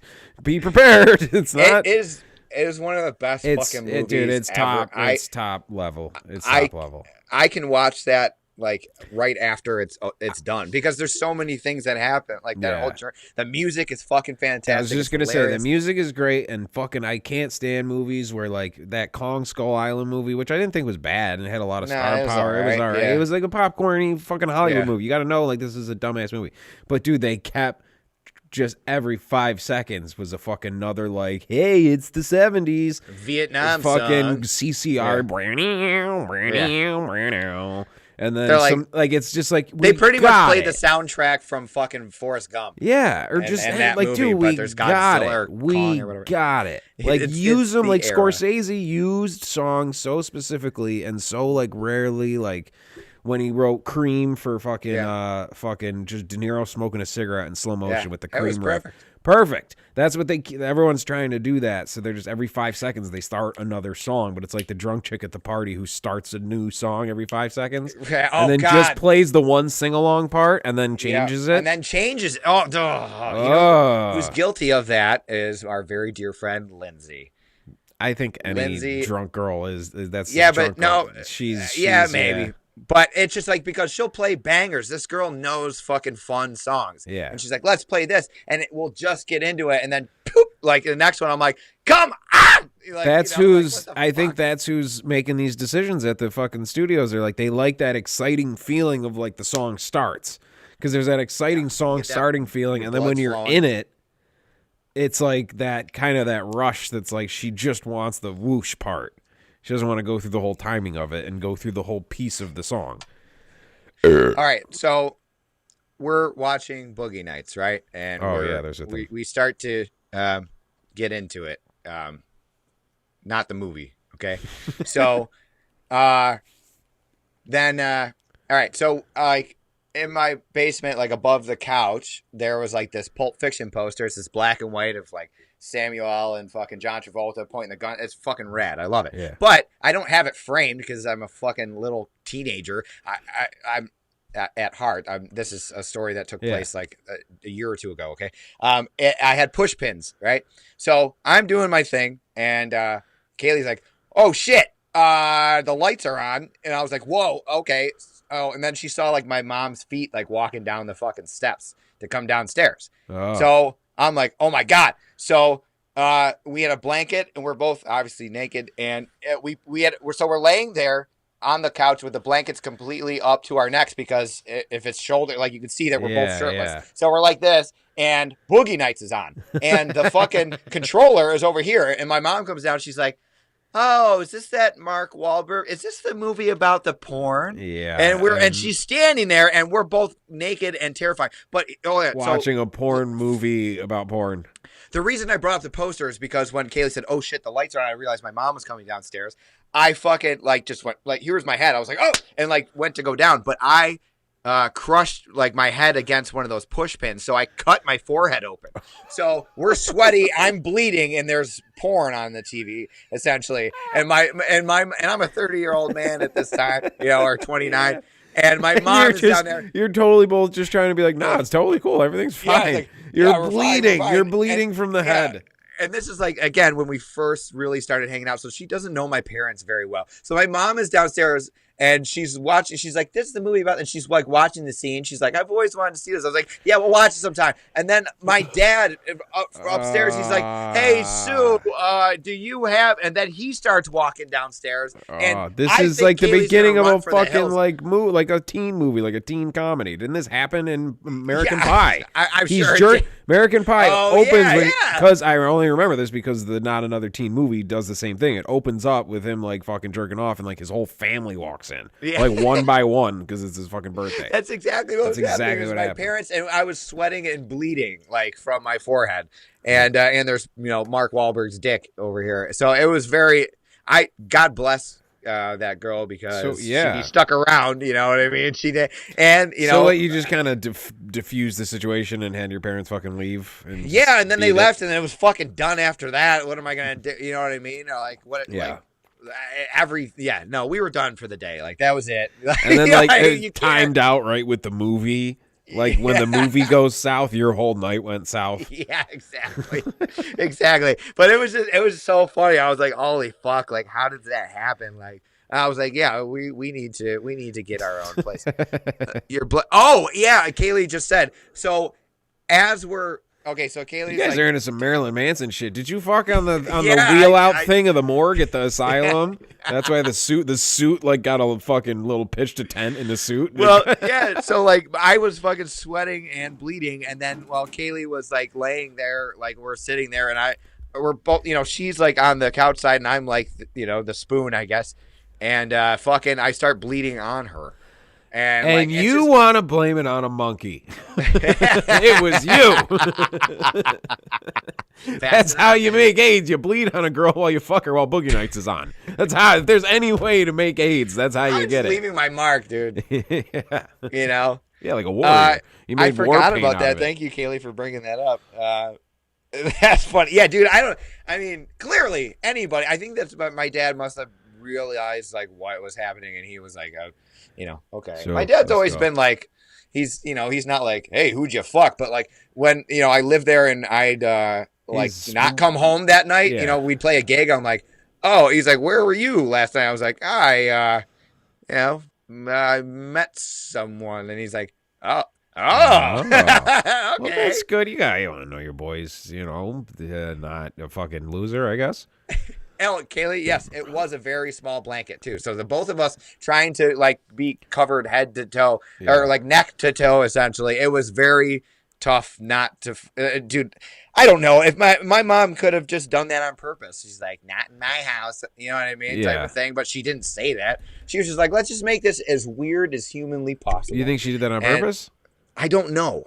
Or she was just oblivious to it? She was just really wanting to see Mark Wahlberg's dick. I mean, dude, I'm the youngest of four. There's been people having sex in our basement for years. Yeah. Yeah, that's what, I mean. It's a time-honored tradition. So they're not, I don't know. It was just the weirdest situation to be in. Yeah. And not only sweating from doing the act, but sweating from anxiety now that my parents are here and they're going to catch me bleeding and naked. And I'm surprised if they did see that, they didn't ask Kaylee if she was okay. Yeah. You know what I'm saying? Is something wrong? It's fine. It's fine. It's fine. Wow, I just have her. It's like a Weekend at Bernie's thing. I just have her on a string. Yeah. Dude, that is How are you? I just picture, your dad's just like, I don't even want to know what's going on down here. No. You're bleeding. That's it. Mark Wahlberg's got a huge dick, and he's like, you're a fucking star. And he's like, so Steve's getting into some really wacky stuff. I don't want to know. I don't want to know. My dad, I told him, like, today I talked to him before we did the show, and like I was like, he's like, yeah, so I see you've been doing that podcast thing again, and I'm like, yeah, are you still not watching it? He goes, yep. I'm like, good, thank you. Yeah, you know. Oh my God, his podcast would be great. It would be. This would be all the crazy shit you forgot. So one time Steve came home wasted and said he was going to make spaghetti cereal or something. I don't know what the fuck he was doing. Oh, dude. Yeah, he's definitely seen the early morning, you know, like, because he gets up for work like a normal person. Well, yeah, you're like yeah, 5 you're and I'd totally come different home. schedules. He's a normal person with a normal job, and his roommate is a fucking bass player in a band. Like, you know what I mean? Like, you guys are on wacky. Yeah, it was a very strange environment. You're on the night shift. So I sent you a video, and I want you to pull it up. So on what? On an email? On email, yeah. All right. It's just like 11 seconds. It reminded me when I was telling that TJ Maxx story of the crippled girl. So I was at this bar across the street from us, this really cool place, Hot Mamas, and I was waiting for a to-go order, and they had this piano player in there, and he was just doing like some like boogie style fucking, you know, piano stuff. And there was this chick in front of the piano just raging, like fucking so into it. And I thought it was so funny. I was like, because the piano, it was cool. The guy was, you know what I mean? Yeah. But I was like, it's not that cool. Like this. Well, chick she just has been. She'd been there all day. So I filmed it, and then I sent it to a friend or a few people, and they're like, "Yo, man, all right, just watch the video." And all right, let me figure out how to do it. All right. Window capture. Okay. And then, all right, people, give me a minute. What am I looking for? Right here? This. Okay. You see it? All right, I'm just going to put it right in the middle of us. Okay. Now I got to find it. And now I got to play it. Whoa. Yeah. No, that's not a, that's, yeah. Look, that's not a, that's a, one more time.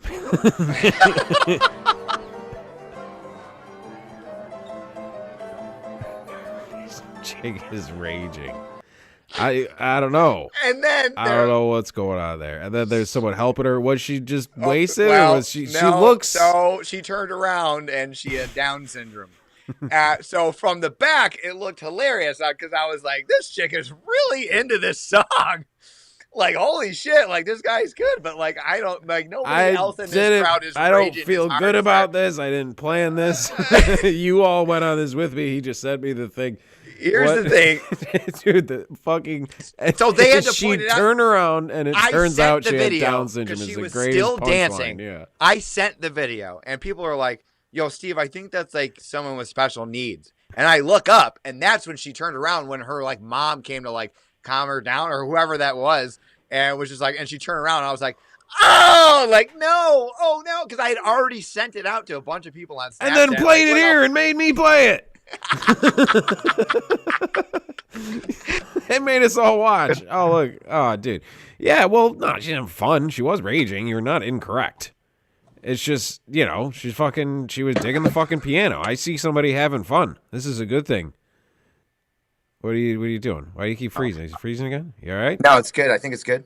I think that's, yeah. I think the ghost that I have following You me sound different. like that. And I do? Yeah.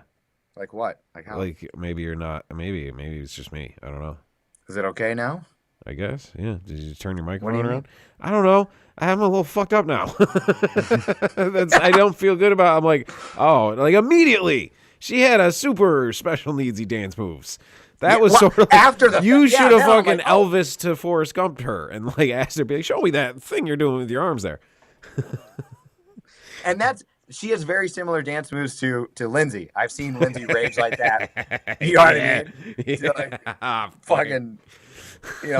Billy Ocean or whatever the fuck. Yeah. Yeah. Caribbean Queen. That's cool. She was having fun. She was Yes, raging. I just felt so bad because again, like the crippled girl at TJ, I didn't know. Like, because I just thought, wow, this chick fucking really digs this. This is awesome. She's like into the piano player's face, like, And yeah. And I should have known by the person coming to get her, like, maybe whatever. Helping but I her. was just. But you could also assume like, haha, show that's people, like. And they're like, Steve, that's not good, Steve. I don't know. Like, what is it that you could tell? I could immediately tell. What is it? It was the move. It was the. That wasn't. What? I mean, I guess I kind of watch drunk people dance for a living, so like I could tell there was like something different was going on with that one. Yeah. Yeah, I don't know. I mean, I should have caught. All I saw was, Is this how we find out you're retarded? Because you can never tell when someone's like, "Can you go help me? Can you go get that man?" And then she's like, "I have crutches. My legs are ridiculous. You can see this, can't you?" Dude, she was behind a desk, all right? Yeah, for good fucking reason. Hey, Linda, fucking hide those disasters. I just, I'm sorry. I watched the Patrice documentary and now I want to be mean because it's fun. It's not like they could send her to a different part of the store. Like, it's not like I fucking taped her and put her on a show or anything. You couldn't see her face, whatever. But the point is, it's just to show how much of an asshole I am because not on purpose, like, look at this person. No, but yeah, it was very just like. Yeah, if you saw I realized how fucking stupid I was after. Why though? Why? You were filming what you thought you were doing was filming somebody raging the fuck out of the piano, and you were like, "Wow, it's entertaining how into this person is." I've been to concerts where everyone's on ecstasy and the lights are going in, and they're raging like that. But I have never seen it to like a little boogie fucking boogaloo piano. Like, you know what I'm saying? Like you played some Scott Joplin, it just blew this chick's mind. Cowboy was like, yeah, so I just thought the music selection and what she was jamming to, which just all of it was like really odd, but I was like, this is funny. And then now I realize, Well, yeah. Well, no, I think she's still jamming to it, still digging it. I'm glad she likes the classics. If she's not just sitting, she's a younger gal, she's not just bored and like put on fucking Ariana Grande. That's probably why like vaudeville became so popular. Yeah, she probably do when the fucking ice cream truck comes by with the boo doo doo doo doo doo doo doo boo doo doo doo doo doo doo doo. Yeah, I think yeah. Like it's funny that all your friends had to go Steve. Like, but you're just somebody's having fun. I don't think people are just gonna immediately make a negative side to that. Of course. They feel like they're protecting someone being hurt. I just hope nobody in the bar like saw me like taping it because I wasn't like I was just like, wow, look at this person really loves this, Yeah. And but if someone in the bar did see you taping it, they'd be like, dude, whoa, like what the fuck, man. Exactly. But I didn't know. I am very unaware apparently of that's sort of the I don't see color of fucking I think you're a little fucking progressive. My caption, this chick was raging, was she not? Like, it's nothing, She was raging. She was absolutely raging. So I watch, or I'm old, dude, and now I listen to NPR. You definitely sound different. Right? I think, try to make sure your microphone is microphone. I can hear it. Are you talking into the part where the label is? It should be. Yeah, it should be. What, like, is it bad? Different? No, it just seems a little different. Maybe I don't know. Maybe I'm crazy. Maybe I just look at you differently now after all this. I did fucking the what you call the interface. I knocked it down. Oh, and I think it seems all right now. Okay, good. All right. So I listen to NPR. All right, I'm old, really, and that's how I get my news. Just happens. They have some cool stories and shit. It's just whatever. It's just that's how I know because I don't read newspapers. So funny. It's like you don't even care about it. You're just like you just do it. Like people just like like for me, it's just constant like entertainment. Like I would read the Gotham Press before I read our own newspaper. Exactly. I just don't care. Like that's not my thing. So it does like it's interesting, whatever. But like it's kind of just there. It's usually my before work and after work, like where I'm just. You know what I mean? Like I'm spacing out. So they start talking about like, the president now, Joe Biden, and his first lady, and I was like, hey, shit. I was like, I don't even know what she looks like, and because like Melania was probably our hottest first lady we've ever had in the history of first ladies, everybody right? went tits out about Michelle Jackie Obama Onassis, but yeah, but I mean that was but I'm saying, dude, like fucking Melania was definitely, by the definition of what dudes would say is hot. Yeah. She's hot. Yeah. Like you never like Michelle Obama is sexy as fuck. I thought I really do. I'm like, goddamn, Michelle Obama is sexy as hell. And then you get Melania, and she's hot. You're just turned on by a strong woman. Yeah, you know, I don't know. The whole thing is about being. I'm literally in my head trying to picture what she looked like too. I like her to be strong with muscles and a dick. She. Well, isn't there a whole conspiracy that she's got like a fucking dick? Trans, like that's a whole thing. And like he's an alien from. He's a Muslim alien, and she's got a penis. He's some Illuminati. Oh man, you know, him and Jay-Z. Fucking you, dumb shits. Were like, we should just give the internet to everybody. The fuck did you think was gonna happen? You assholes. So I looked at. I looked up the first lady, and I was like, ugh. Because I was just in my head. It's not like she's an ugly woman, but like that was my reaction because I was thinking, you know, we got Michelle, we got Melania, and then so like average Joe, Biden's girlfriend. Yeah, woof.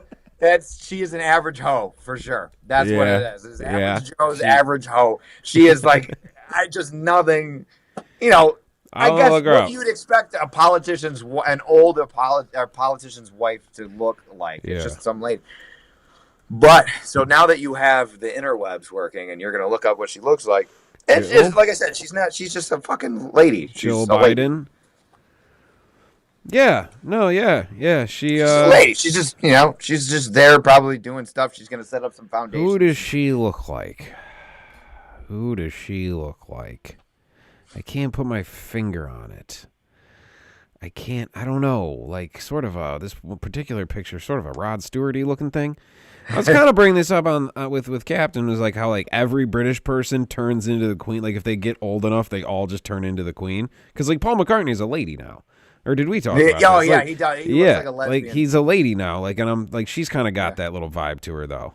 But I don't know. I want to see. Okay, Joe Biden back in the day. Succession. Oh, there's an older one. She's a pretty gal back in the. You got to get her younger. Both of these people are 200 years old. I know. It's like I'm saying, it's nothing about her. I was just in my head like, I was like Michelle and Melania, and then I was like, yo, like I did not. So, but then, well, it's a hard crash from Melania to this. So that's the way I explained it was a hard. First ladies and presidents, and what I discovered, this is the greatest thing I didn't even know this could be I don't associate politics and with sexiness. Okay, it's not like but this blew my mind. The former president of Croatia. Why don't you Google that and show everyone what she looks like? All right. Well, was I supposed to show people what I was looking at? I was just looking at it myself. It's fine. You don't have to. Everyone. So, president of Croatia. Former president of Croatia, and she's blonde. And do you have a name? There's probably been a lot. Yeah. No, I'm telling you, that's how I found it. But president of Croatia. All right. Well, here's a blonde lady. Mm-hmm. I mean, wait. Am I looking at the actual president of Croatia? Like her? Like not. It's a blonde woman, right? Oh yeah, dude. This is a ridiculous fucking name. Yes, but that's why it'd be hard to tell you. But why don't you search that, her name, and then bikini? All right. Hold on. I see one, but that looks extremely like that looks like a fucking blow up. That looks like a doll. That looks like one of them rubber sex dolls. That looks like them rubber sex dolls. All right. Dear cat grumbling. Fucking God. This is why like shows have producers. Because it takes 45 minutes to click through shit to see a thing. No, I don't want to sign up for The Sun or whatever the fuck this is. Some fucking British tabloid to show me a chick I didn't know existed at the beach. I can't get that one working. I'm just going to click this one. All right. India Today. Fuck you. Get out of here. Dude, just Google image. I did. I'm trying to get the best image for the people. All right. Okay. I gotta go OBS. I gotta fucking add another window capture, and I gotta fucking do this. I gotta click OK. I gotta preview Croatia president bikini. That one. Yeah. Okay. See, here we go. Look at that. She's on top of you now. Look at you like that? Stick your tongue out. But is this what you were talking about? She's smoking hot, dude. She's Yeah. got a bunch of she's got the biggest tits in the world. Yeah. And she's like all oiled up and at the beach. And you don't if I think the president of Croatia, I assumed it was like some weird, scary country that smells like soup. I thought you were gonna bring up like a warlord, like fucking went to a village and found the hottest chick and like made her his wife. Like I would say, like, you know what I mean? Like, grumbling happening behind me. Fucking like that's what those guys do. Like our presidents mostly like they met in college, like at like a fucking rally or something. Yeah. You know what I mean? Or like except for fucking Trump, bought his. But like most other presidents are like Trump. They're just some ridiculous rich guy that for some reason is in charge. Yeah. And like he just went and bought the hottest chick. That's what the rest of the world is like. Well, especially like wacky countries like that. Where like you're like, oh hey, Pablo Escobar bought all of this. Hey, guy did some things, but he also built like that hospital. Like those types of countries, those guys have hot fucking ladies. Yeah, but holy shit, the president, it's not like that would be somebody that in our country, like the president would have gotten in trouble for fucking. You know what I'm saying? Like that's that. I would say Stormy like our Daniels fucking type bullshit. Yeah. Like that, but she is the president. She's smoking hot. It has to be by the. It has to be a thing of like all of the world. Tulsi Gabbard. Tulsi Gabbard's a looker. Be the hottest one. Tulsi Gabbard's a looker. She's a pretty lady. And she Tulsi Gabbard. She was running for president. She was running for president like the last 3 times, and they just won't even let her. See, exactly. She was probably the best one, but you never heard of her. I don't know, but she was a fucking. She's hot. She's attractive, yeah. And I'm like, yo, we could get so much shit done because she'll go in there and she'll just sweet talk them, and they'll be like, yeah, whatever, man. Like she'll be like, hey, how you guys? Oh my God, you look good. Have you lost weight? Just flirt with them. And they'll be like, yeah, you can have all the stuff you want. You get all the oil. Dude, I don't tell anybody, but I got a fuckload of oil. And I'll just hook you up because you're cool. Because me and you are cool. You want to hang out and fucking chill with some oil sometime? And fucking, we could just fucking hang out, go shooting people. We do whatever we want. Like, I think a hot lady president could get a lot done. Look at what hot women have done to both me and you. They've fucking completely taken over our lives. Dude, I remember one time, you find some weird parody videos or something like that, but it's on like porn, Yeah. But there was one that or there's celebrity likenesses that's not them, but somebody who looks like them. I remember I was scrolling and I saw fucking one that was like Sarah Palin lookalike, and I was like, because you can also play Tina Fey lookalike. Yeah, that's true. But I remember just why not? Okay. Well, the deep fake, they were doing the deep fakes for a minute. And there was a couple of them where, some of them are just ridiculous. And you're like, hey, this is not, come on, no one's fucking whacking into this. This is a comedy thing, right? What, fucking, okay. Yeah, you're right. Yeah, Kaylee, see Kaylee? See? She know, if we put Kaylee in a room with Putin, she's walking out of there with some fucking shit. All right, we're getting hooked the fuck up. She's gonna walk out. She'd be like, "Dude, I don't know what we're gonna do with all these tanks. Guy just gave me a ton of tanks. What do you guys want to do? You want to just fucking crash them into each other? Let's fucking party. That'd be awesome. All the vodka, fucking." So, what the fuck was I just gonna say? God damn it, it's gone. And Zach said Kolinda Gabar, which I'm assuming is that girl's name. Is that the name of the president, the Croatian president? I don't know, but that's fine. Goddamn. Oh, I've told. Okay, so sorry. No one. If you listen to this show, don't listen to my other show because I just keep telling the same shit. But this applies to the deep fake thing. Okay. I was on a plane. I wasn't questioning it. Right? It applies. Damn it. I'm not a loser who has 4 good stories I keep retelling. I'm not. I have more interesting things. Okay. I fucking. All right. So fucking. I'm on a plane. And next to me is a dude, and in front of him is his family, his chick, and his their mom or aunt. A family on a family trip. They got a kid with them. Yeah. And I look, and the dude is just chilling, and the kid's kind of being restless. The plane's about to take off, so the girl turns around. She goes, "Here, give him your phone so he can play the thing, so he chills out." And usually when I see a kid with a phone, I'm like, no, they should be out fucking talking to a fucking bird or something and living. They shouldn't be staring at that. When I'm on a plane, I'm like, get that fucking, but give him headphones too. Fucking lock that motherfucker in. If I hear a peep out of that thing, I'm throwing it out the window.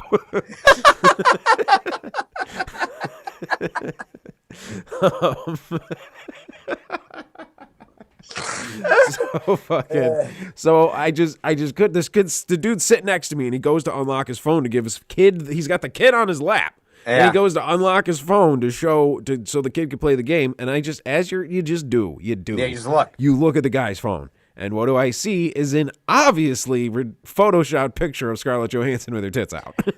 Like one of those, like, you know, Photoshop, like where they put like, but it was a picture of her. Shit. It's a picture of her. It's one, she's wearing this drapey thing. She's sitting down and she's wearing like shorts. We all know the fucking picture. But it's like, obviously right here is just like big, like fucking like video game tits, like just ridiculous looking tits. That's his fucking, not even his put the passcode in background. Like that's his check what time it is background. That guy's looking at that shit all day. And I was like, God, you gotta be fucking kidding me. That's insane. Like, you know, there's real ones of her out there. Yeah, right? like I would fucking rather beat it to a picture of her like dressed just because she's that hot than like a picture that looks fake. It's like hilariously fake. That stuff blows my mind. The fucking guy pops in his password, wallpaper, another obviously Photoshop Scarlett Johansson nude. Wait, he had two of them. He had two. It fucking was like a fucking trick. Like the one, like he put his passcode in and it went away and there was another one there. It's a bloody double. Fucking no, but it wasn't. It was a different picture. It wasn't the same picture. It's not like he said it. People like he's definitely not aware that that's not a real photo, right? It's gotta be. It's gotta be. People that I've never seen anybody in person like tricked. Like, because there's plenty of times you look at my history on my fucking phone, it's any celebrity. We talked about this. Any celebrity. Yeah, of course. Yeah, nude chick, right? So like, but I love the fake ones because there's some of the most obvious. Like there's one that I have, and we can't show it on here, obviously, but it's not Oprah, but it's Oprah taking this huge dick in the ass, and she's just like, you know what I mean? Yeah. It's like that's not like that. No one's that happy taking a dick in the ass ever, but like it's the most obviously like they took a red carpet photo. It's funny, her head, and then put it on this. You know, like is someone really beating into that, or does someone really think they found it? I think there are. I think there are. There has to. I've never seen it. Because you'll hang out with some dudes like I find it hilarious. I can tell if it's fake instantly. There definitely are. There's definitely a window that I'm finding of a certain age of friends of ours who like cannot get their car. Look. Dude, I can't get this fucking video to work. I'm going to throw this thing out the fucking window. Like we got right at the beginning of the technological shit. They'll fall for some shit, I think. You know what I mean? Like typically, for a minute. And then you have, like, we did the fucking Captain show one night. One of his buddies was there, and the guy was saying, like, I forgot who someone like redonkulously famous died. Chuck Norris. He was like, dude, I saw it this morning. Chuck Norris died. I'm like, it's 7:00 at night. If Chuck Norris died, I would know. Yeah, like everybody would know. Chuck Norris does not die.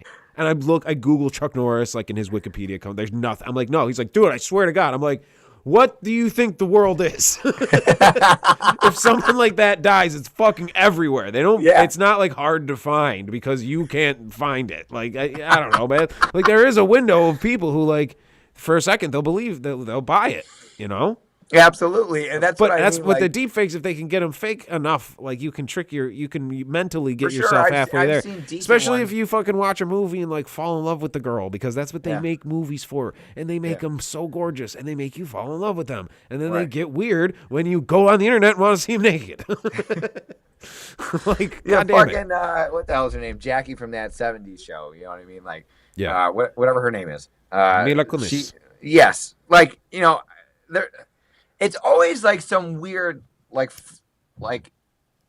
it'll be like some chick tits and then just clearly a different toned skin, of her, of or it's like that face. Specific girl with huge tits. Yeah. Like two dicks on either side. And she's just like no, that's not. And someone's like, wow, yeah. Like, wow, you believe that she did that? You know what I mean? Like, no, she didn't. Oprah did not film herself getting fucked in the ass. You know what I'm saying? Yeah. Like, no. And even if she did, she's like the most powerful person in the world. And that shit would not be out there. It would have came up. I think we would have heard about it. Yes. You know what I mean? Like, if there's a nip slip at the beach, it's like a front page news. Like, if we got actual video of Oprah, like, that's some guy's job, though. Like, I kind of think I could get myself there if I had, like, the proper medication. Like, just be a real don't give a fuck scumbag and be like, my job as I work at Page 6 or I work at fucking TMZ, and like I have to get, like, if I get a video of Oprah taking it in the ass, as morally reprehensible as it is, I have to show the world. It is your obligation as a journalist. I bet motherfuckers have gotten phone calls that are like, so how was that dick in the ass last Friday? And they're like, how did you know? And they're like, someone's paying off. There's got to be dick in the ass photos getting paid off all over Hollywood. Someone just paying people to keep quiet. It's like the fucking mob over there. But it's like they don't realize that most normal Americans, as we watch movies, we go, all of these people probably take dicks in the ass. They all seem like they do. Yeah, for sure. But like, they'll be like somebody like, fucking Barbara Bush and she's just covered in cum. Like, you know what I mean? Like, you know what I'm saying? Like, yo, that happened. That happened. That's real, dude. You didn't see? That's like, real. My question is, who is actually taking the time to Photoshop that shit? Now, it is hilarious, but like, it's very funny. You know what I mean? But like, that takes a lot of work to do because they have to find a load from some other chick and then digitally cut it out and copy and paste and throw it on Barbara Bush's fucking face. And you're like, why though? Like, and then Barbara Bush taking a load to the face, and who needs that? Why did that need to exist? Why did someone's like, I have to make this? That's what artists do. They wake up and they go, I have to make this. I have to do it. And especially, like, I don't know, man. It's just so funny. And I don't think people are falling for it. Maybe. Because there's got to be. You underestimate it, man. There's some dumb motherfuckers out there. Well, yes, of course. And now we're all connected. But, like. Yeah, so it's like. See, I understand the ones where, like, that guy, he's like, wow, Scarlett Johansson's really hot. And here's 2 naked photos of it. Because I remember. I think she's very hot as well. I don't have it as my background. No. Well, actually, I remember our friend's iPad, you set the background to that picture of Scarlett Johansson's ass, the real one. Oh, from the movie? You remember that? Yeah. No, not from the movie. Oh, it was like when it came out. Yeah. And that was like, oh my God. Well, because we had a game where you should just change the background on the iPad because when you open it, it's right there and it scares you. So it'd always just be like something ridiculous. But that one, I think that was like one of my favorite days ever. That was like almost, I guess, my version of when I sent you the Jennifer Lawrence. Yeah, where it's just like an ass, like just a fucking nude from Steve. Yeah. But like, yeah, that one was it. I was very exciting. But you can tell that one's real. That's just but that's just fucked up though. Like that's mad fucked up. Like it's hard to there's a brutal like and it just shows a fucked up part of you like you don't want to do it. Like it's because it's like that's bad. If that happened to any of my friends or anybody I know, I'd be fucking terrible. It's horrible. But then your DNA takes over and you're like, all right, just show me. I gotta look at it once. I'm not gonna. I mean, it's there. God damn it! Like and I don't like it, and I'm not okay with that. That's not cool. You feel bad. Don't leak those because then it's like you gotta look at. You gotta come. But it's like, fucking, what are you? It's like the most beautiful thing in the world is that girl. Like that's like she's regarded as like a fucking should be put like in a glass case, like and preserved. Like and she's a fucking freak of nature. She's fucking a freak show, sideshow. Fucking hot. Yeah, no one's like, ew. It's a pretty complimentary, but it's just it's violating, obviously. And we've had the discussion about the running into fucking the girl and I have my theory that about the girls how they take their heads off in the picture. Yes. Like they cut their heads off that we're seeing fucking people we know all day. The actress thing is you think the actress. It's Jackie from that 70s show. She used to come down to Foreman's basement and hang out with us. You feel like you know him. So it gets a little more like here's just somebody and then here's a stranger that you've never been in the same room with.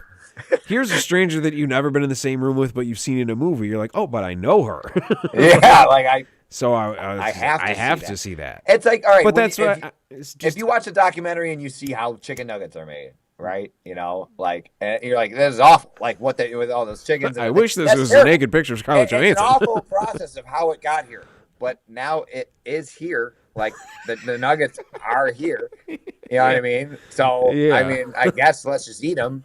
You gotta, you know what I mean? It's I don't like how that happened, but it did happen, so I'm going to enjoy it. All right, I get you. Right? It's don't like just there's this assumption that we're all okay with the fucking horrible things we do. Like I don't know why, because we're both smiling. Like, when we're talking, I'm talking for everybody. I'm speaking for everybody here. There's like this assumption that we're just like, yeah, we fucking saw that girl naked. She didn't want us to. Yeah. Like, we're like, this is fucking dark and bad. No. But like, dude, I mean, I'm going to die and I don't want to die and be like, I should have just fucking looked at the fucking, what's the big deal? I don't know. I know. Well, I mean, all right, especially in this day, I'm not shaming anybody who sends naked photos or takes naked photos. That's amazing, and you should do whatever you want with your body. But there's fucking mad chicks who get off on that shit. Yeah, but if it gets out, like, it's also the huge risk that you're taking because it's out there, and we don't know where the fuck it is. This Cloud, who's in control, Mr. Cloud. I'm out. I mean, look, we're talking about Scarlett Johansson, and the girl's 52 years old. Like, we're not, like, I am out of the loop so much that it's like blah blah blah's nudes leaked. I'm like, I don't know who that kid is. Yeah, I'm not fucking looking. Yeah, I'm not. They look like fucking children. No, like all celebrities now are just Hispanic children that are soaking wet. Like Selena Gomez is always every video I've ever seen, she's wet, and they're spraying her, hosing this kid down. It's fucked up. I don't like it. They're wetting her back. I don't like it. Yeah. I don't like it. So, like, whenever anything like that happens, they go like, oh, someone was going to leak my nudes, so I'm just going to leak them anyways. It kind of goes with that Sonic the Hedgehog thing where you're like, was this a little bit of a fucking, oh, and you got a single out, huh?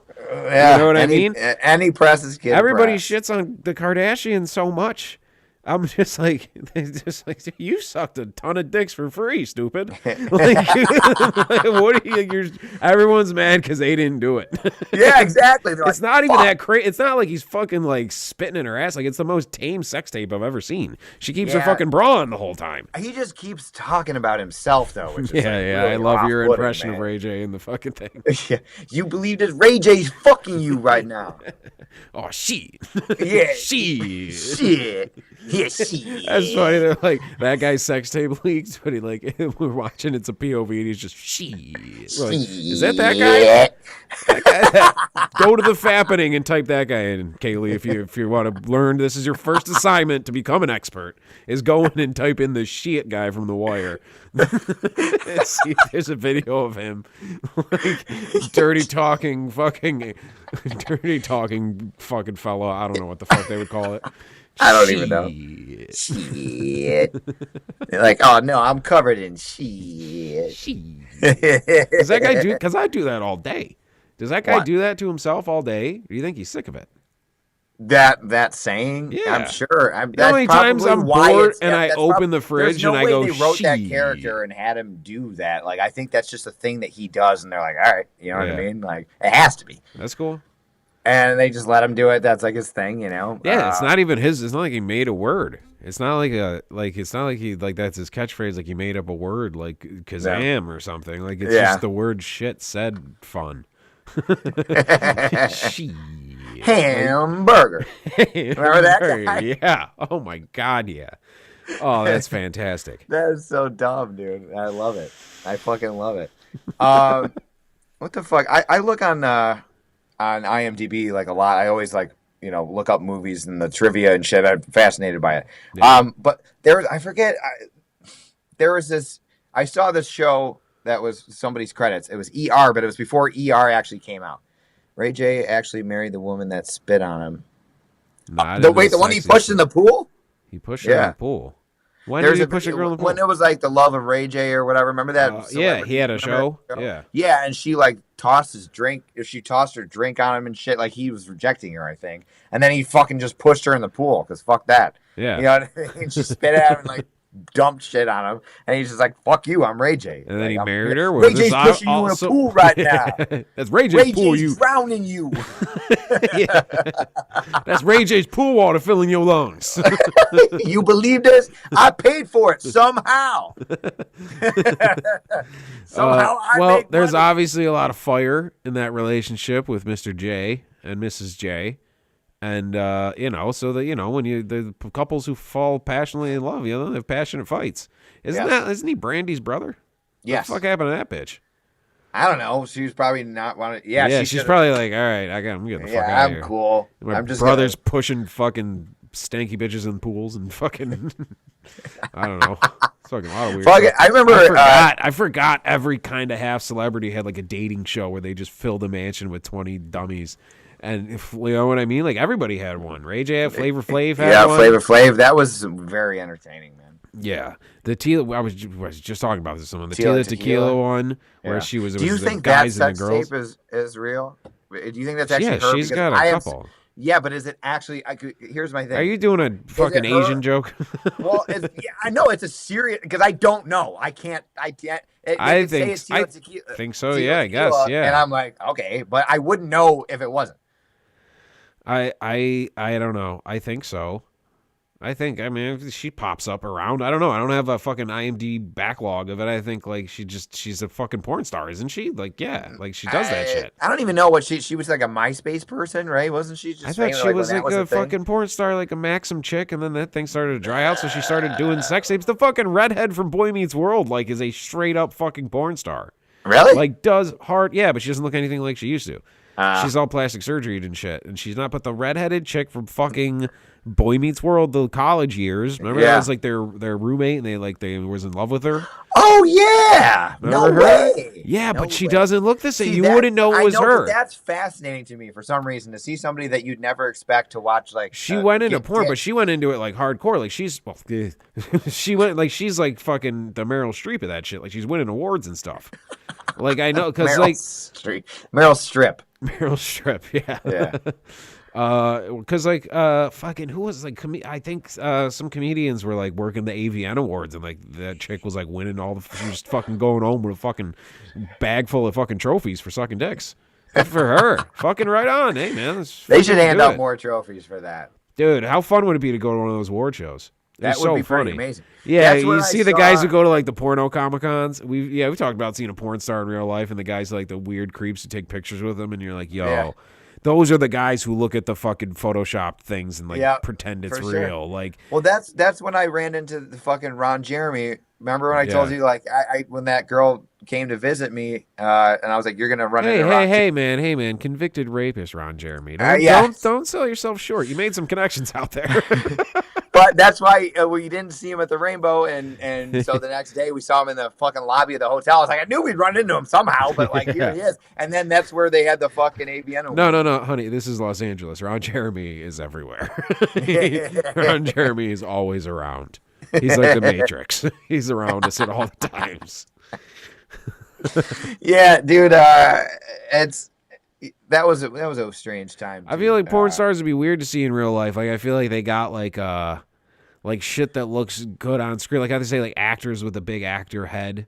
Like when you see them in real, or anybody. I've met a lot of like famous people who were like 3 feet shorter than you thought they were. You know what I mean? Like for sure. When you see people, like it'd be weird to see a porn star in real life. I feel like some of the shit that works for visual porn stuff would be like wacky in real life. Yeah, absolutely. You know what I mean? Yeah. But like, I thought I saw one at the grocery store when I lived in LA.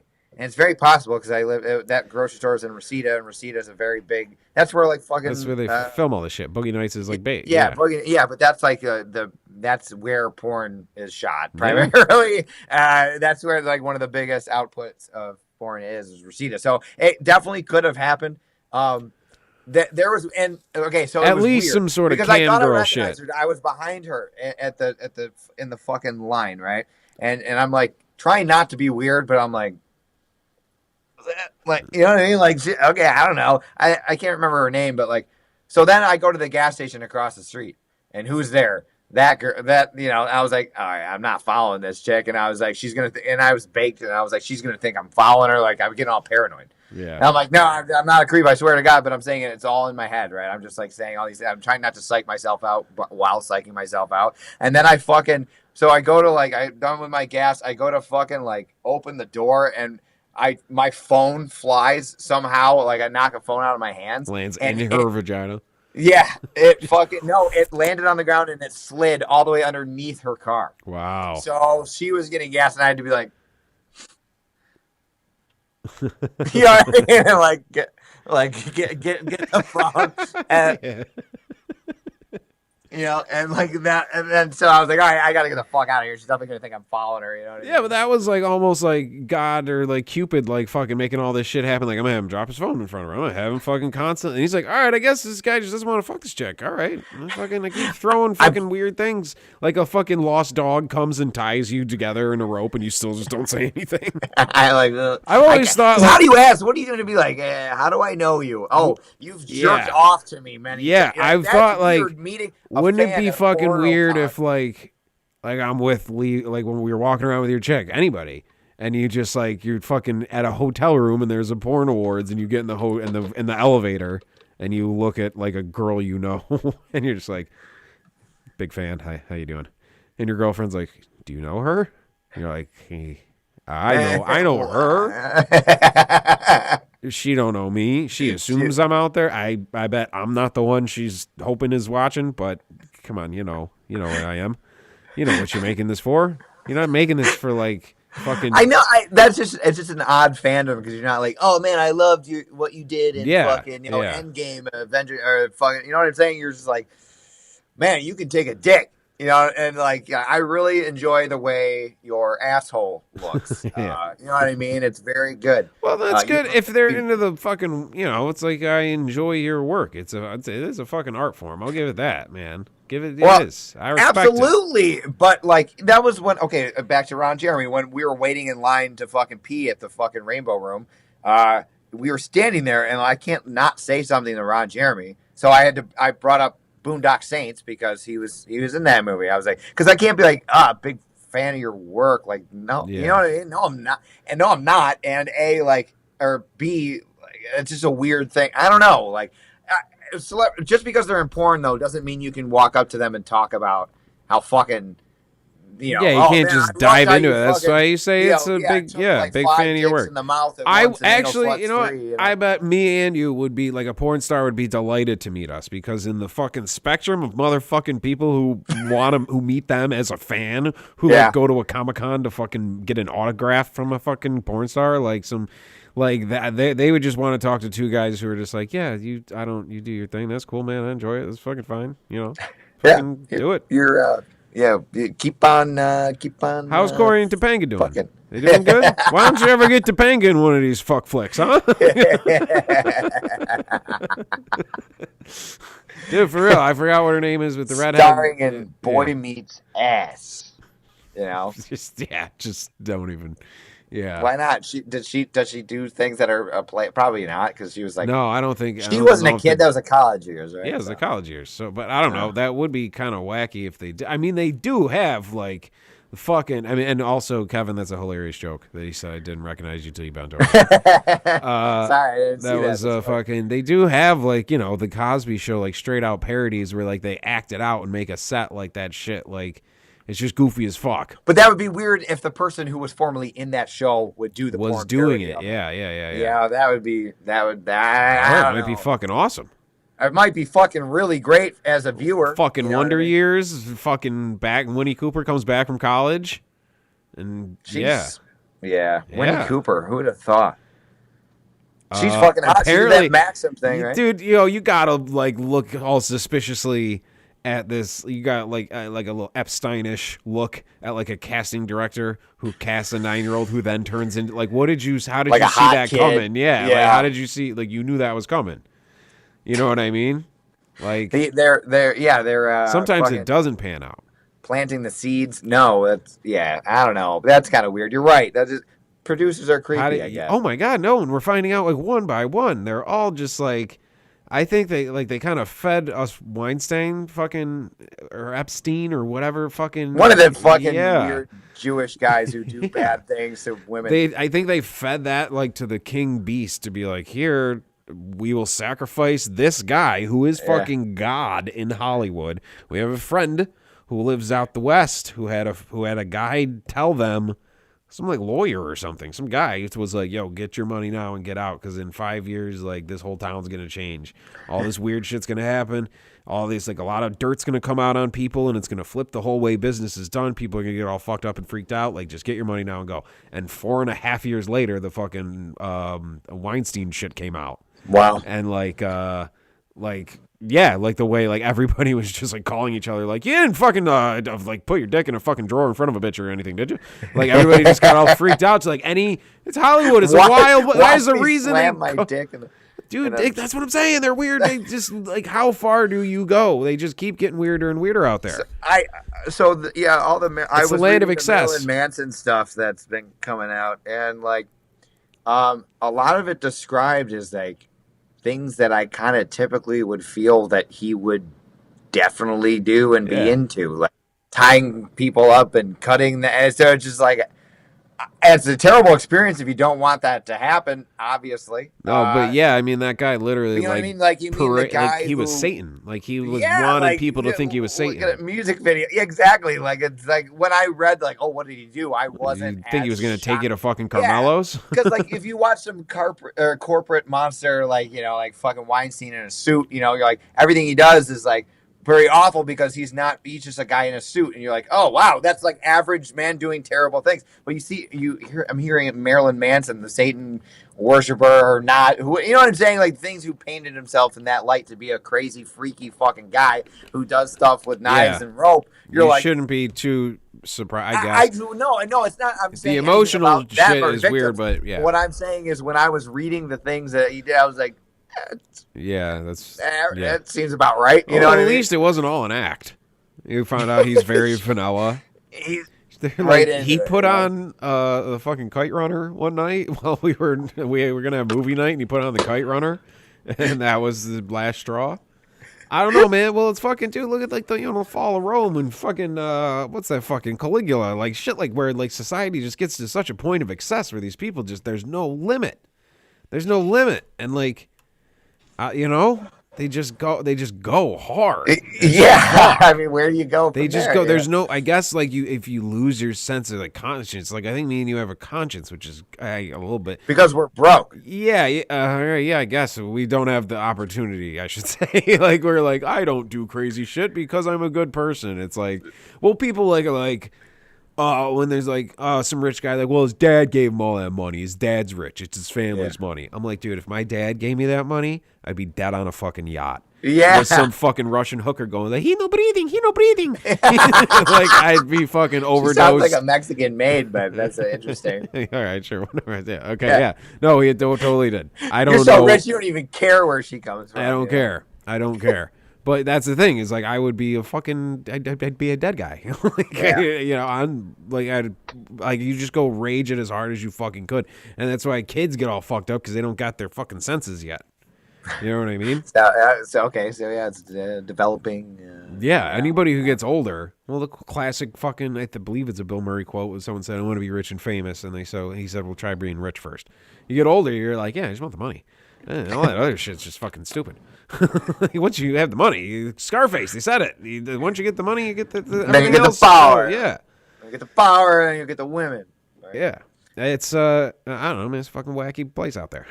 Yeah, I definitely. I think if I had a lot of money in my crazier years, I would definitely not be here right now. There's no fucking way I wouldn't have maxed out.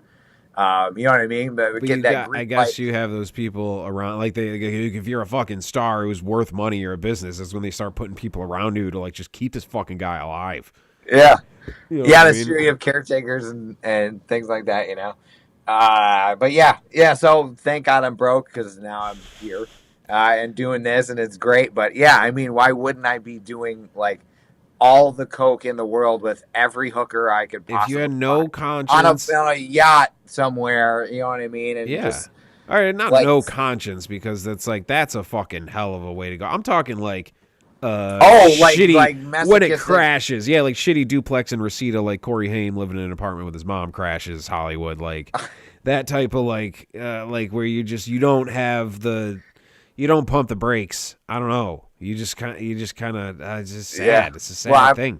I don't know. Show business is fucked up. Watch that Patrice documentary, and you're like, damn. It's dark because he was a very lift the fucking lid and show you like how, how just weird and like unfair that shit is, and how it just fucking crushes people.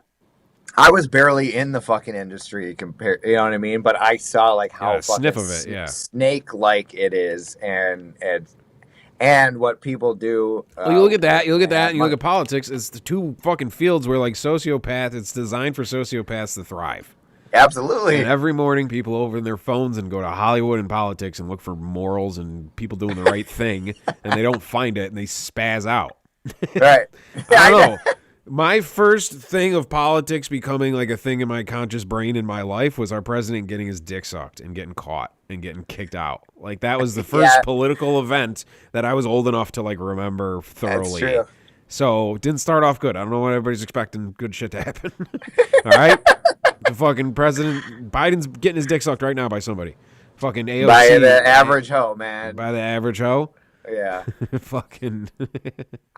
I want to go to Croatia, dude. That chick. I just can't believe that was a president. It looks like one of them rubber bodies. And like everybody probably paid so much. The whole country tuned in to fucking her. You know, you can buy those fake rubber, like, torsos. Like, you can buy them shits on Amazon. For, like, a CPR thing or something? No. Well, they kind of look like that, yeah, but they're for fucking. They're like, you can buy, like, a sex doll, but you can just buy, like, the parts. Like, you could just buy the torso, so it's just like this weird thing, like almost like one of those like those like guys, an amputee, like a fucking like a karate. The guy like the like it's just the torso, shopping, the karate like training thing. Yeah, you can buy those on Amazon because I was looking for like a life size cut. I was like, I don't know. I was like all fucking stoned, and I was like, dude, I'm gonna get like a fucking grizzly bear and put it in the basement, like a life size fucking cutout or something. So I type in life size. And like something like life size bodies, something popped up in Amazon's obvious search, and I think I remember putting like a Instagram story of like, man, you crazy, Amazon, you crazy, because it was like fucking life size like doll for men or something, and I was like, all right, I gotta fucking see this shit, and like you can, I can Amazon Prime a fucking half a body and have it at the fucking doorstep at like tomorrow. Like it's fucking wild. It is. It goes back to the fucking Photoshop thing. Who can fuck that thing? Who can get hard and fuck that thing to completion? You'd be surprised probably how many people dude, I could not even fucking imagine. I don't know. The wildest invention. A guy fucking a fake body looking at a fake picture of Scarlett Johansson. Like, nothing's real. Nothing about this is real. The wildest invention to me that I can't even, I can't believe, but I still obviously can believe because it took off and everyone knows what it is, the fleshlight. Like, you are so desperate to fuck a fake rubber thing that you disguise it as a flashlight and like leave it in your car or something. Like, what? Yeah, like, I don't get why it's like, a flashlight why thing. Is it fucking? I get the play on. Is it words one of those things where the play on words was first? Like, I feel like there's a movie called Daydream Nation that I don't know what it's about or care, but I think they came up with the title and then put a movie around it.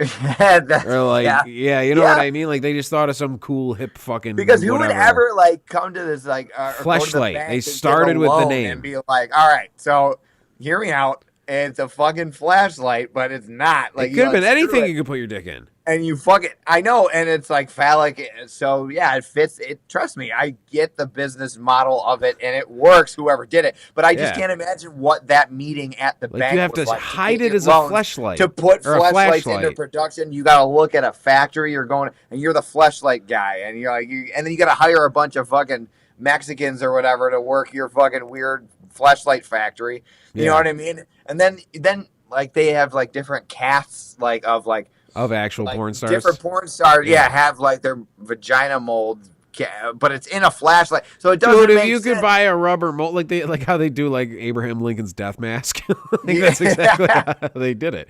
If you could buy a fucking dude, I have like fucking little Batman skull like the action figure from like if you could buy a fucking little rubber fucking Scarlett Johansson's pussy, you wouldn't put it on your shelf. A rub in her asshole? Yeah, for sure. You wouldn't use it. You'd buy it as like a fucking replica. That and a collector's thing, you know. But it'd be a glass case, but like that I could like easily access. Dude, it's fucking weird. But that's what I'm saying. If we haven't hit bottom yet. No, it's getting weirder. And it's crazy. A fleshlight is like the more normal one. They like have ads on like fucking TBS. Like a fleshlight is like a mainstream thing. It's like everyone knows what it is. and I just can't believe. Like, why was it a flashlight? Why was it? Why did it have to be? Yeah, like it was a flashlight. Because you can disguise it, I guess. I understand, but it's such a weird thing. And then people, who would like, even if you're this guy's buddy, you're this guy's buddy, and you're fucking drinking, and you're outside at this bar, and he's like, "Yo, okay, trust me, I have this fucking idea, and we're gonna fuck just these close your eyes and put your dick in this," and he'd be like, "Oh, this is a vagina." All right, open your eyes. Nope, it's me holding a fucking Pringles can. The guy's like, wow, what the fuck? Yo, you thought it was real. That's how good it was. You thought it was real. That was the flashlight. That was the, okay, sharks, close your eyes. Exactly. Guy just on Mark Cuban, and he's like, what's happening right now? He's like, I'm having sex with a woman. Or so you thought. The most lifelike. Oh, wow. I'm in. All right, I'm in. I'll cover cost of production and 50% turnaround. Yeah. Remember we went to, was it me, you, and Romer, and we were at Talk of the Town? No, I've never been in there. I've never been. Really? I've never been inside that building. I was with somebody, and we were buying the fucking whippets. You know what I mean? It's I mean, you gotta just like not like. I mean, like almost. I mean, first, last names. You might as well just give a fucking date. Just be aloof about it. Oh no, or maybe I wasn't. I was by myself. Who knows? Okay, all right, yeah. Okay. Cover other people's I don't know. tracks. It's a long time ago. Nobody knows. Shut up. Romer definitely wasn't I understand. There. You're right. I need a little more tact when it comes to that. Because I just think of the idea and I have to say it out loud or else I'll lose it. That's remember. Okay, it was me, you. Yeah. And we had the guy in the carpet, and we're like swinging him into the river, right? Yeah, I think that was that. It was a Grand Island Bridge, wasn't it? Yeah. And you thought it was 1, 2, 3, go, and I was 1, 2, 3, and I let the guy's head go, and his head boom off the thing. Yeah, God, that was good times. Yeah, it was hilarious. Good times. We sunk that prick. But there was a fucking. There was different types of. So there's pocket pussies, which are ones that you can just carry around. It sounds like an insult. And little pocket pussy. Yeah, dude, if like a little short guy with short guy syndrome ever fucks with me, I'm gonna call him a pocket pussy and end his fucking life. But like they just like skip the flashlight and they're like now like because who carries a flashlight all the time? I understand. So now you have one that you can just carry in your pocket. It's a pocket pussy. But then they pop it up like a tent. I don't know. It's just like a little fucking down. Like. You have a pocket pussy. It's called a wallet. Yeah. Fuck your wallet. You can, whatever.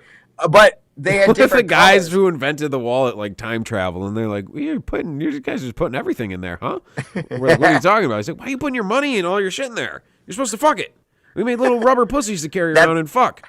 Oh, we put ours in flashlights. We didn't have lights. Yeah. We didn't know what a light was yet. I like that. I like that. All right. We just had the wallets. So you guys just use those for money now, huh? You don't fuck them anymore? Not even just for old time's sake? Just for kicks? But there's fucking, there's a white pocket pussy, and there's a black pocket pussy, but then there was like one that was like in the middle, it was like Latino pocket pussy, but it was just like, I want a tan vagina, but it's, you know what I mean? Like, who's the? I understand maybe preferences, but it didn't make sense. Like, I demand more representation in the pocket pussy community. I understand. Is there an Asian one? But it is funny. That's the one like, that's sideways. Remember, I used to actually believe that when I was. It's just the amount of that sideways Asian vagina rumor because I've never seen. I don't even think when I heard that I've seen a vagina. So I was just like, it is. It's sideways. I didn't even know what way it opened anyway at that time. You know what I'm saying? Funny. Yeah, you wouldn't know. Anyways, no.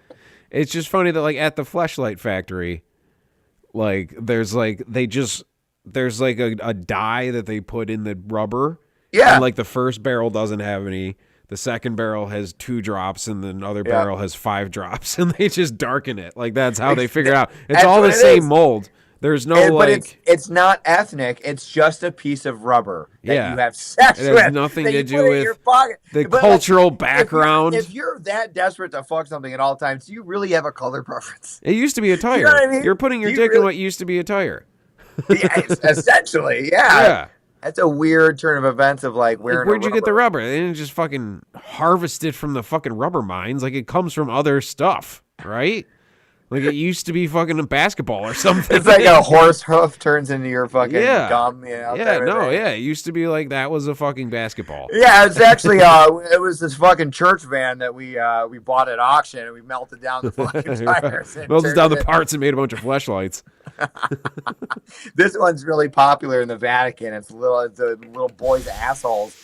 It's one of those keychain lights. Why did that set itself up so well? We didn't do it. We didn't do it. These fuckers did it, okay? Oh, man. Yeah, it's that. I see things like that, and I'm like, if I had the balls to ever even remotely suggest that to someone and they encourage me to do, like, fuckable flashlight, and then actually put on a suit and go to the bed. I just want to know what that meeting went like. And then they were like, all right, like that, you know what I mean? Like the guy's like, I'm your first customer. I think I'm gonna fucking Wikipedia, like the flashlight company. Like, where does that start? Like, there are really good inventions. I'm aware of a couple that are not getting any distribution or anything off the ground because the people who are involved are they're just fucking, they don't know how to do it. Like, there is the fucking something that, like, a life-saving thing, like the cure for death exists, but the guy who made it just can't get the fucking paperwork together. And, like, you know what I mean? Like, or he there's doesn't have more a proper to, like, suit. He looks like shit. Because he's a crazy person who sat in his garage and invented the cure for death. Like, you know what I mean? Like, you live to be 200, but, like, nobody believes him. He's crazy. He's all fucked up. He can't go to a pitch meeting and sell something. But then there's people who can go to a pitch meeting and sell fucking anything. They're like, you know your flashlight? Yeah. Wouldn't you rather fuck it? Like, look at this. Light's cool. What happens, like, in a like, you know how many people in Texas right now? You know how many wives in Texas are just like smacking a flashlight to like try to get it to work, and she doesn't know what it is. And then she turned and she's like, she's like, what the hell? Yeah. Like, what do you do? What is this? It's not working. What if I showed up to that Fort Niagara fucking? Is that the flashlight in my glove box? No, that's the other you. What's this rubber thing? It looks like a Spock ear or something. No, that's not a Spock ear. I mean, yes, it is. Yes, it is a Spock ear. I'm going to Comic-Con. Yep. Mm-hmm. Like, she sees like on the credit card statement, like, you bought earrings, and she's like, never got them. She was expecting the earrings, and then she sees the flashlights wearing the earrings. She's like, no, the other woman. You just put lipstick at the end of the. At least she knows how to touch a man. At least she knows how to be discreet. She knows exactly what I like. That's fucking wacky. Well, I'm glad that we don't live that life. I'm glad we don't have the needs for anything. Thank God to those girls. They really did save us. Thank you. You know what this podcast would be without those two women? It'd be us being like, so I'm fucking my flashlight last night. Yeah, me too. Oh, shit. But I recently upgraded to like this full body of a girl. It had a voice box, but I had it removed. Honestly, like, at the point of like, dude, like, it's like, yeah, like, you want to fuck like a quadruple amputee? Like, even the head is off? Like, that is... That's what Metallica wrote one about. I get just the pussy, and it's just torso, so they could just fuck. That's what they did. They tossed it around the tour bus, man. That's what it was. Everyone thinks I guess it is like the statue of David. Yeah. But it's the fucking it's just weird. It's almost like I get just the vagina with that shaped like the flashlight, and it's just like I gotta put my dick in something and fucking take care of this. I get just vagina. I get full body. When you see like a story that's like a guy fell in love with his fucking real doll, you know what I mean?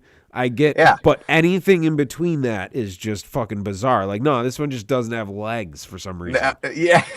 Like, why? Because it would just be it would cost a ton to ship with just the legs. Yeah, this one doesn't have a head. I just fucked the throat. It's just down to the elbow for some reason. Like, why even why any of it? I don't know. I don't know. Dude, it's fucking wacky. Go on fucking Amazon and search, like, rubber body fuckable thing. Like I don't know. Type life size and wait till that comes up, because that's what I was going to do. And I was going to be like, man, that would be fun. I have, like, a life-size grizzly bear standing behind me when we do the podcast. That would be cool. And no. That you can fuck. I just saw a thing. Oh, my God. All right. A fuckable bear? Can you find a fuckable bear? I want to look up any reviews on these things. Don't you think that would be the ultimate test of manhood? Like, if you could actually get a real live bear, like, into submission and fuck it, you would never have to prove yourself in any way ever. The bears, like, I think if you could do that, you should stop being able to pay taxes. Do you know what I'm saying? Life-size. Like there should be a true test of manhood, or not even man. Like get a woman and fist a fucking bear, whatever. It doesn't matter. Just as long as you can do that, you should be exempt from certain. The bears would know you. The bears would know you. Like, you would walk through the forest, and all the bears would like fucking. You know what I mean? Like, you would become like an ancient legend. I'm the reason they plug up their asshole for 6 months and stay in a cave. Okay, so I don't think I can even show what I'm looking at right now, to be honest with you. Yeah, but, that's the all thing right. about Let YouTube. me find one. I mean, none of these have fucking. None of these. I mean, it is a product. It's not a real thing, so you can. It's not a real thing. This one's funny because it's two stacked on top of each other, but it's still not like you're just finding pieces at this point. I want one like for some reason. You can Frankenstein a sex? Yeah, I guess you could. Yeah.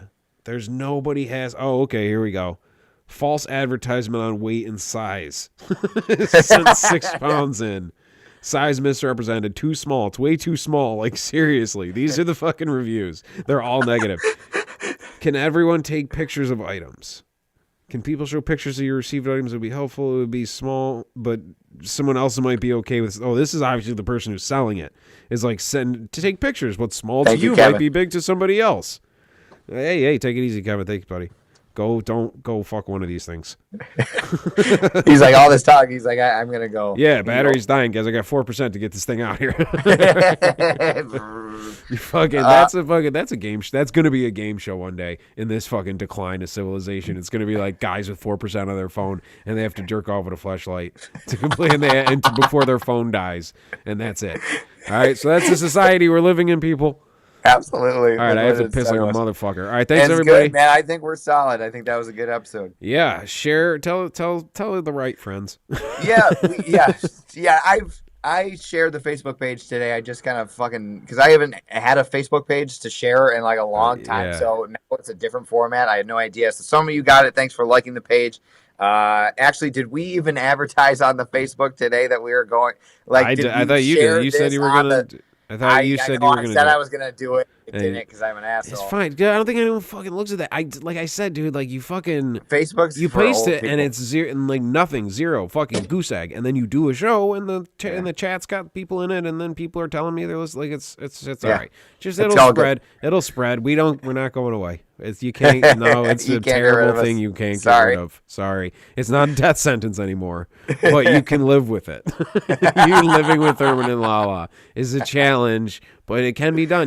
There's no reason you can't live a normal life with us running through your fucking veins. Okay? I think we just make people feel better about themselves. Yeah, certainly lower not saying what we say. You know what I mean? They're like, well, I mean, again, with the chicken nuggets thing, like, Steve shouldn't have said that, but he did, so I'm going to laugh. Let's enjoy the result. Yeah, it's here. Hey, now. Man, you're fucking, we're both socially crucifying ourselves for your sins.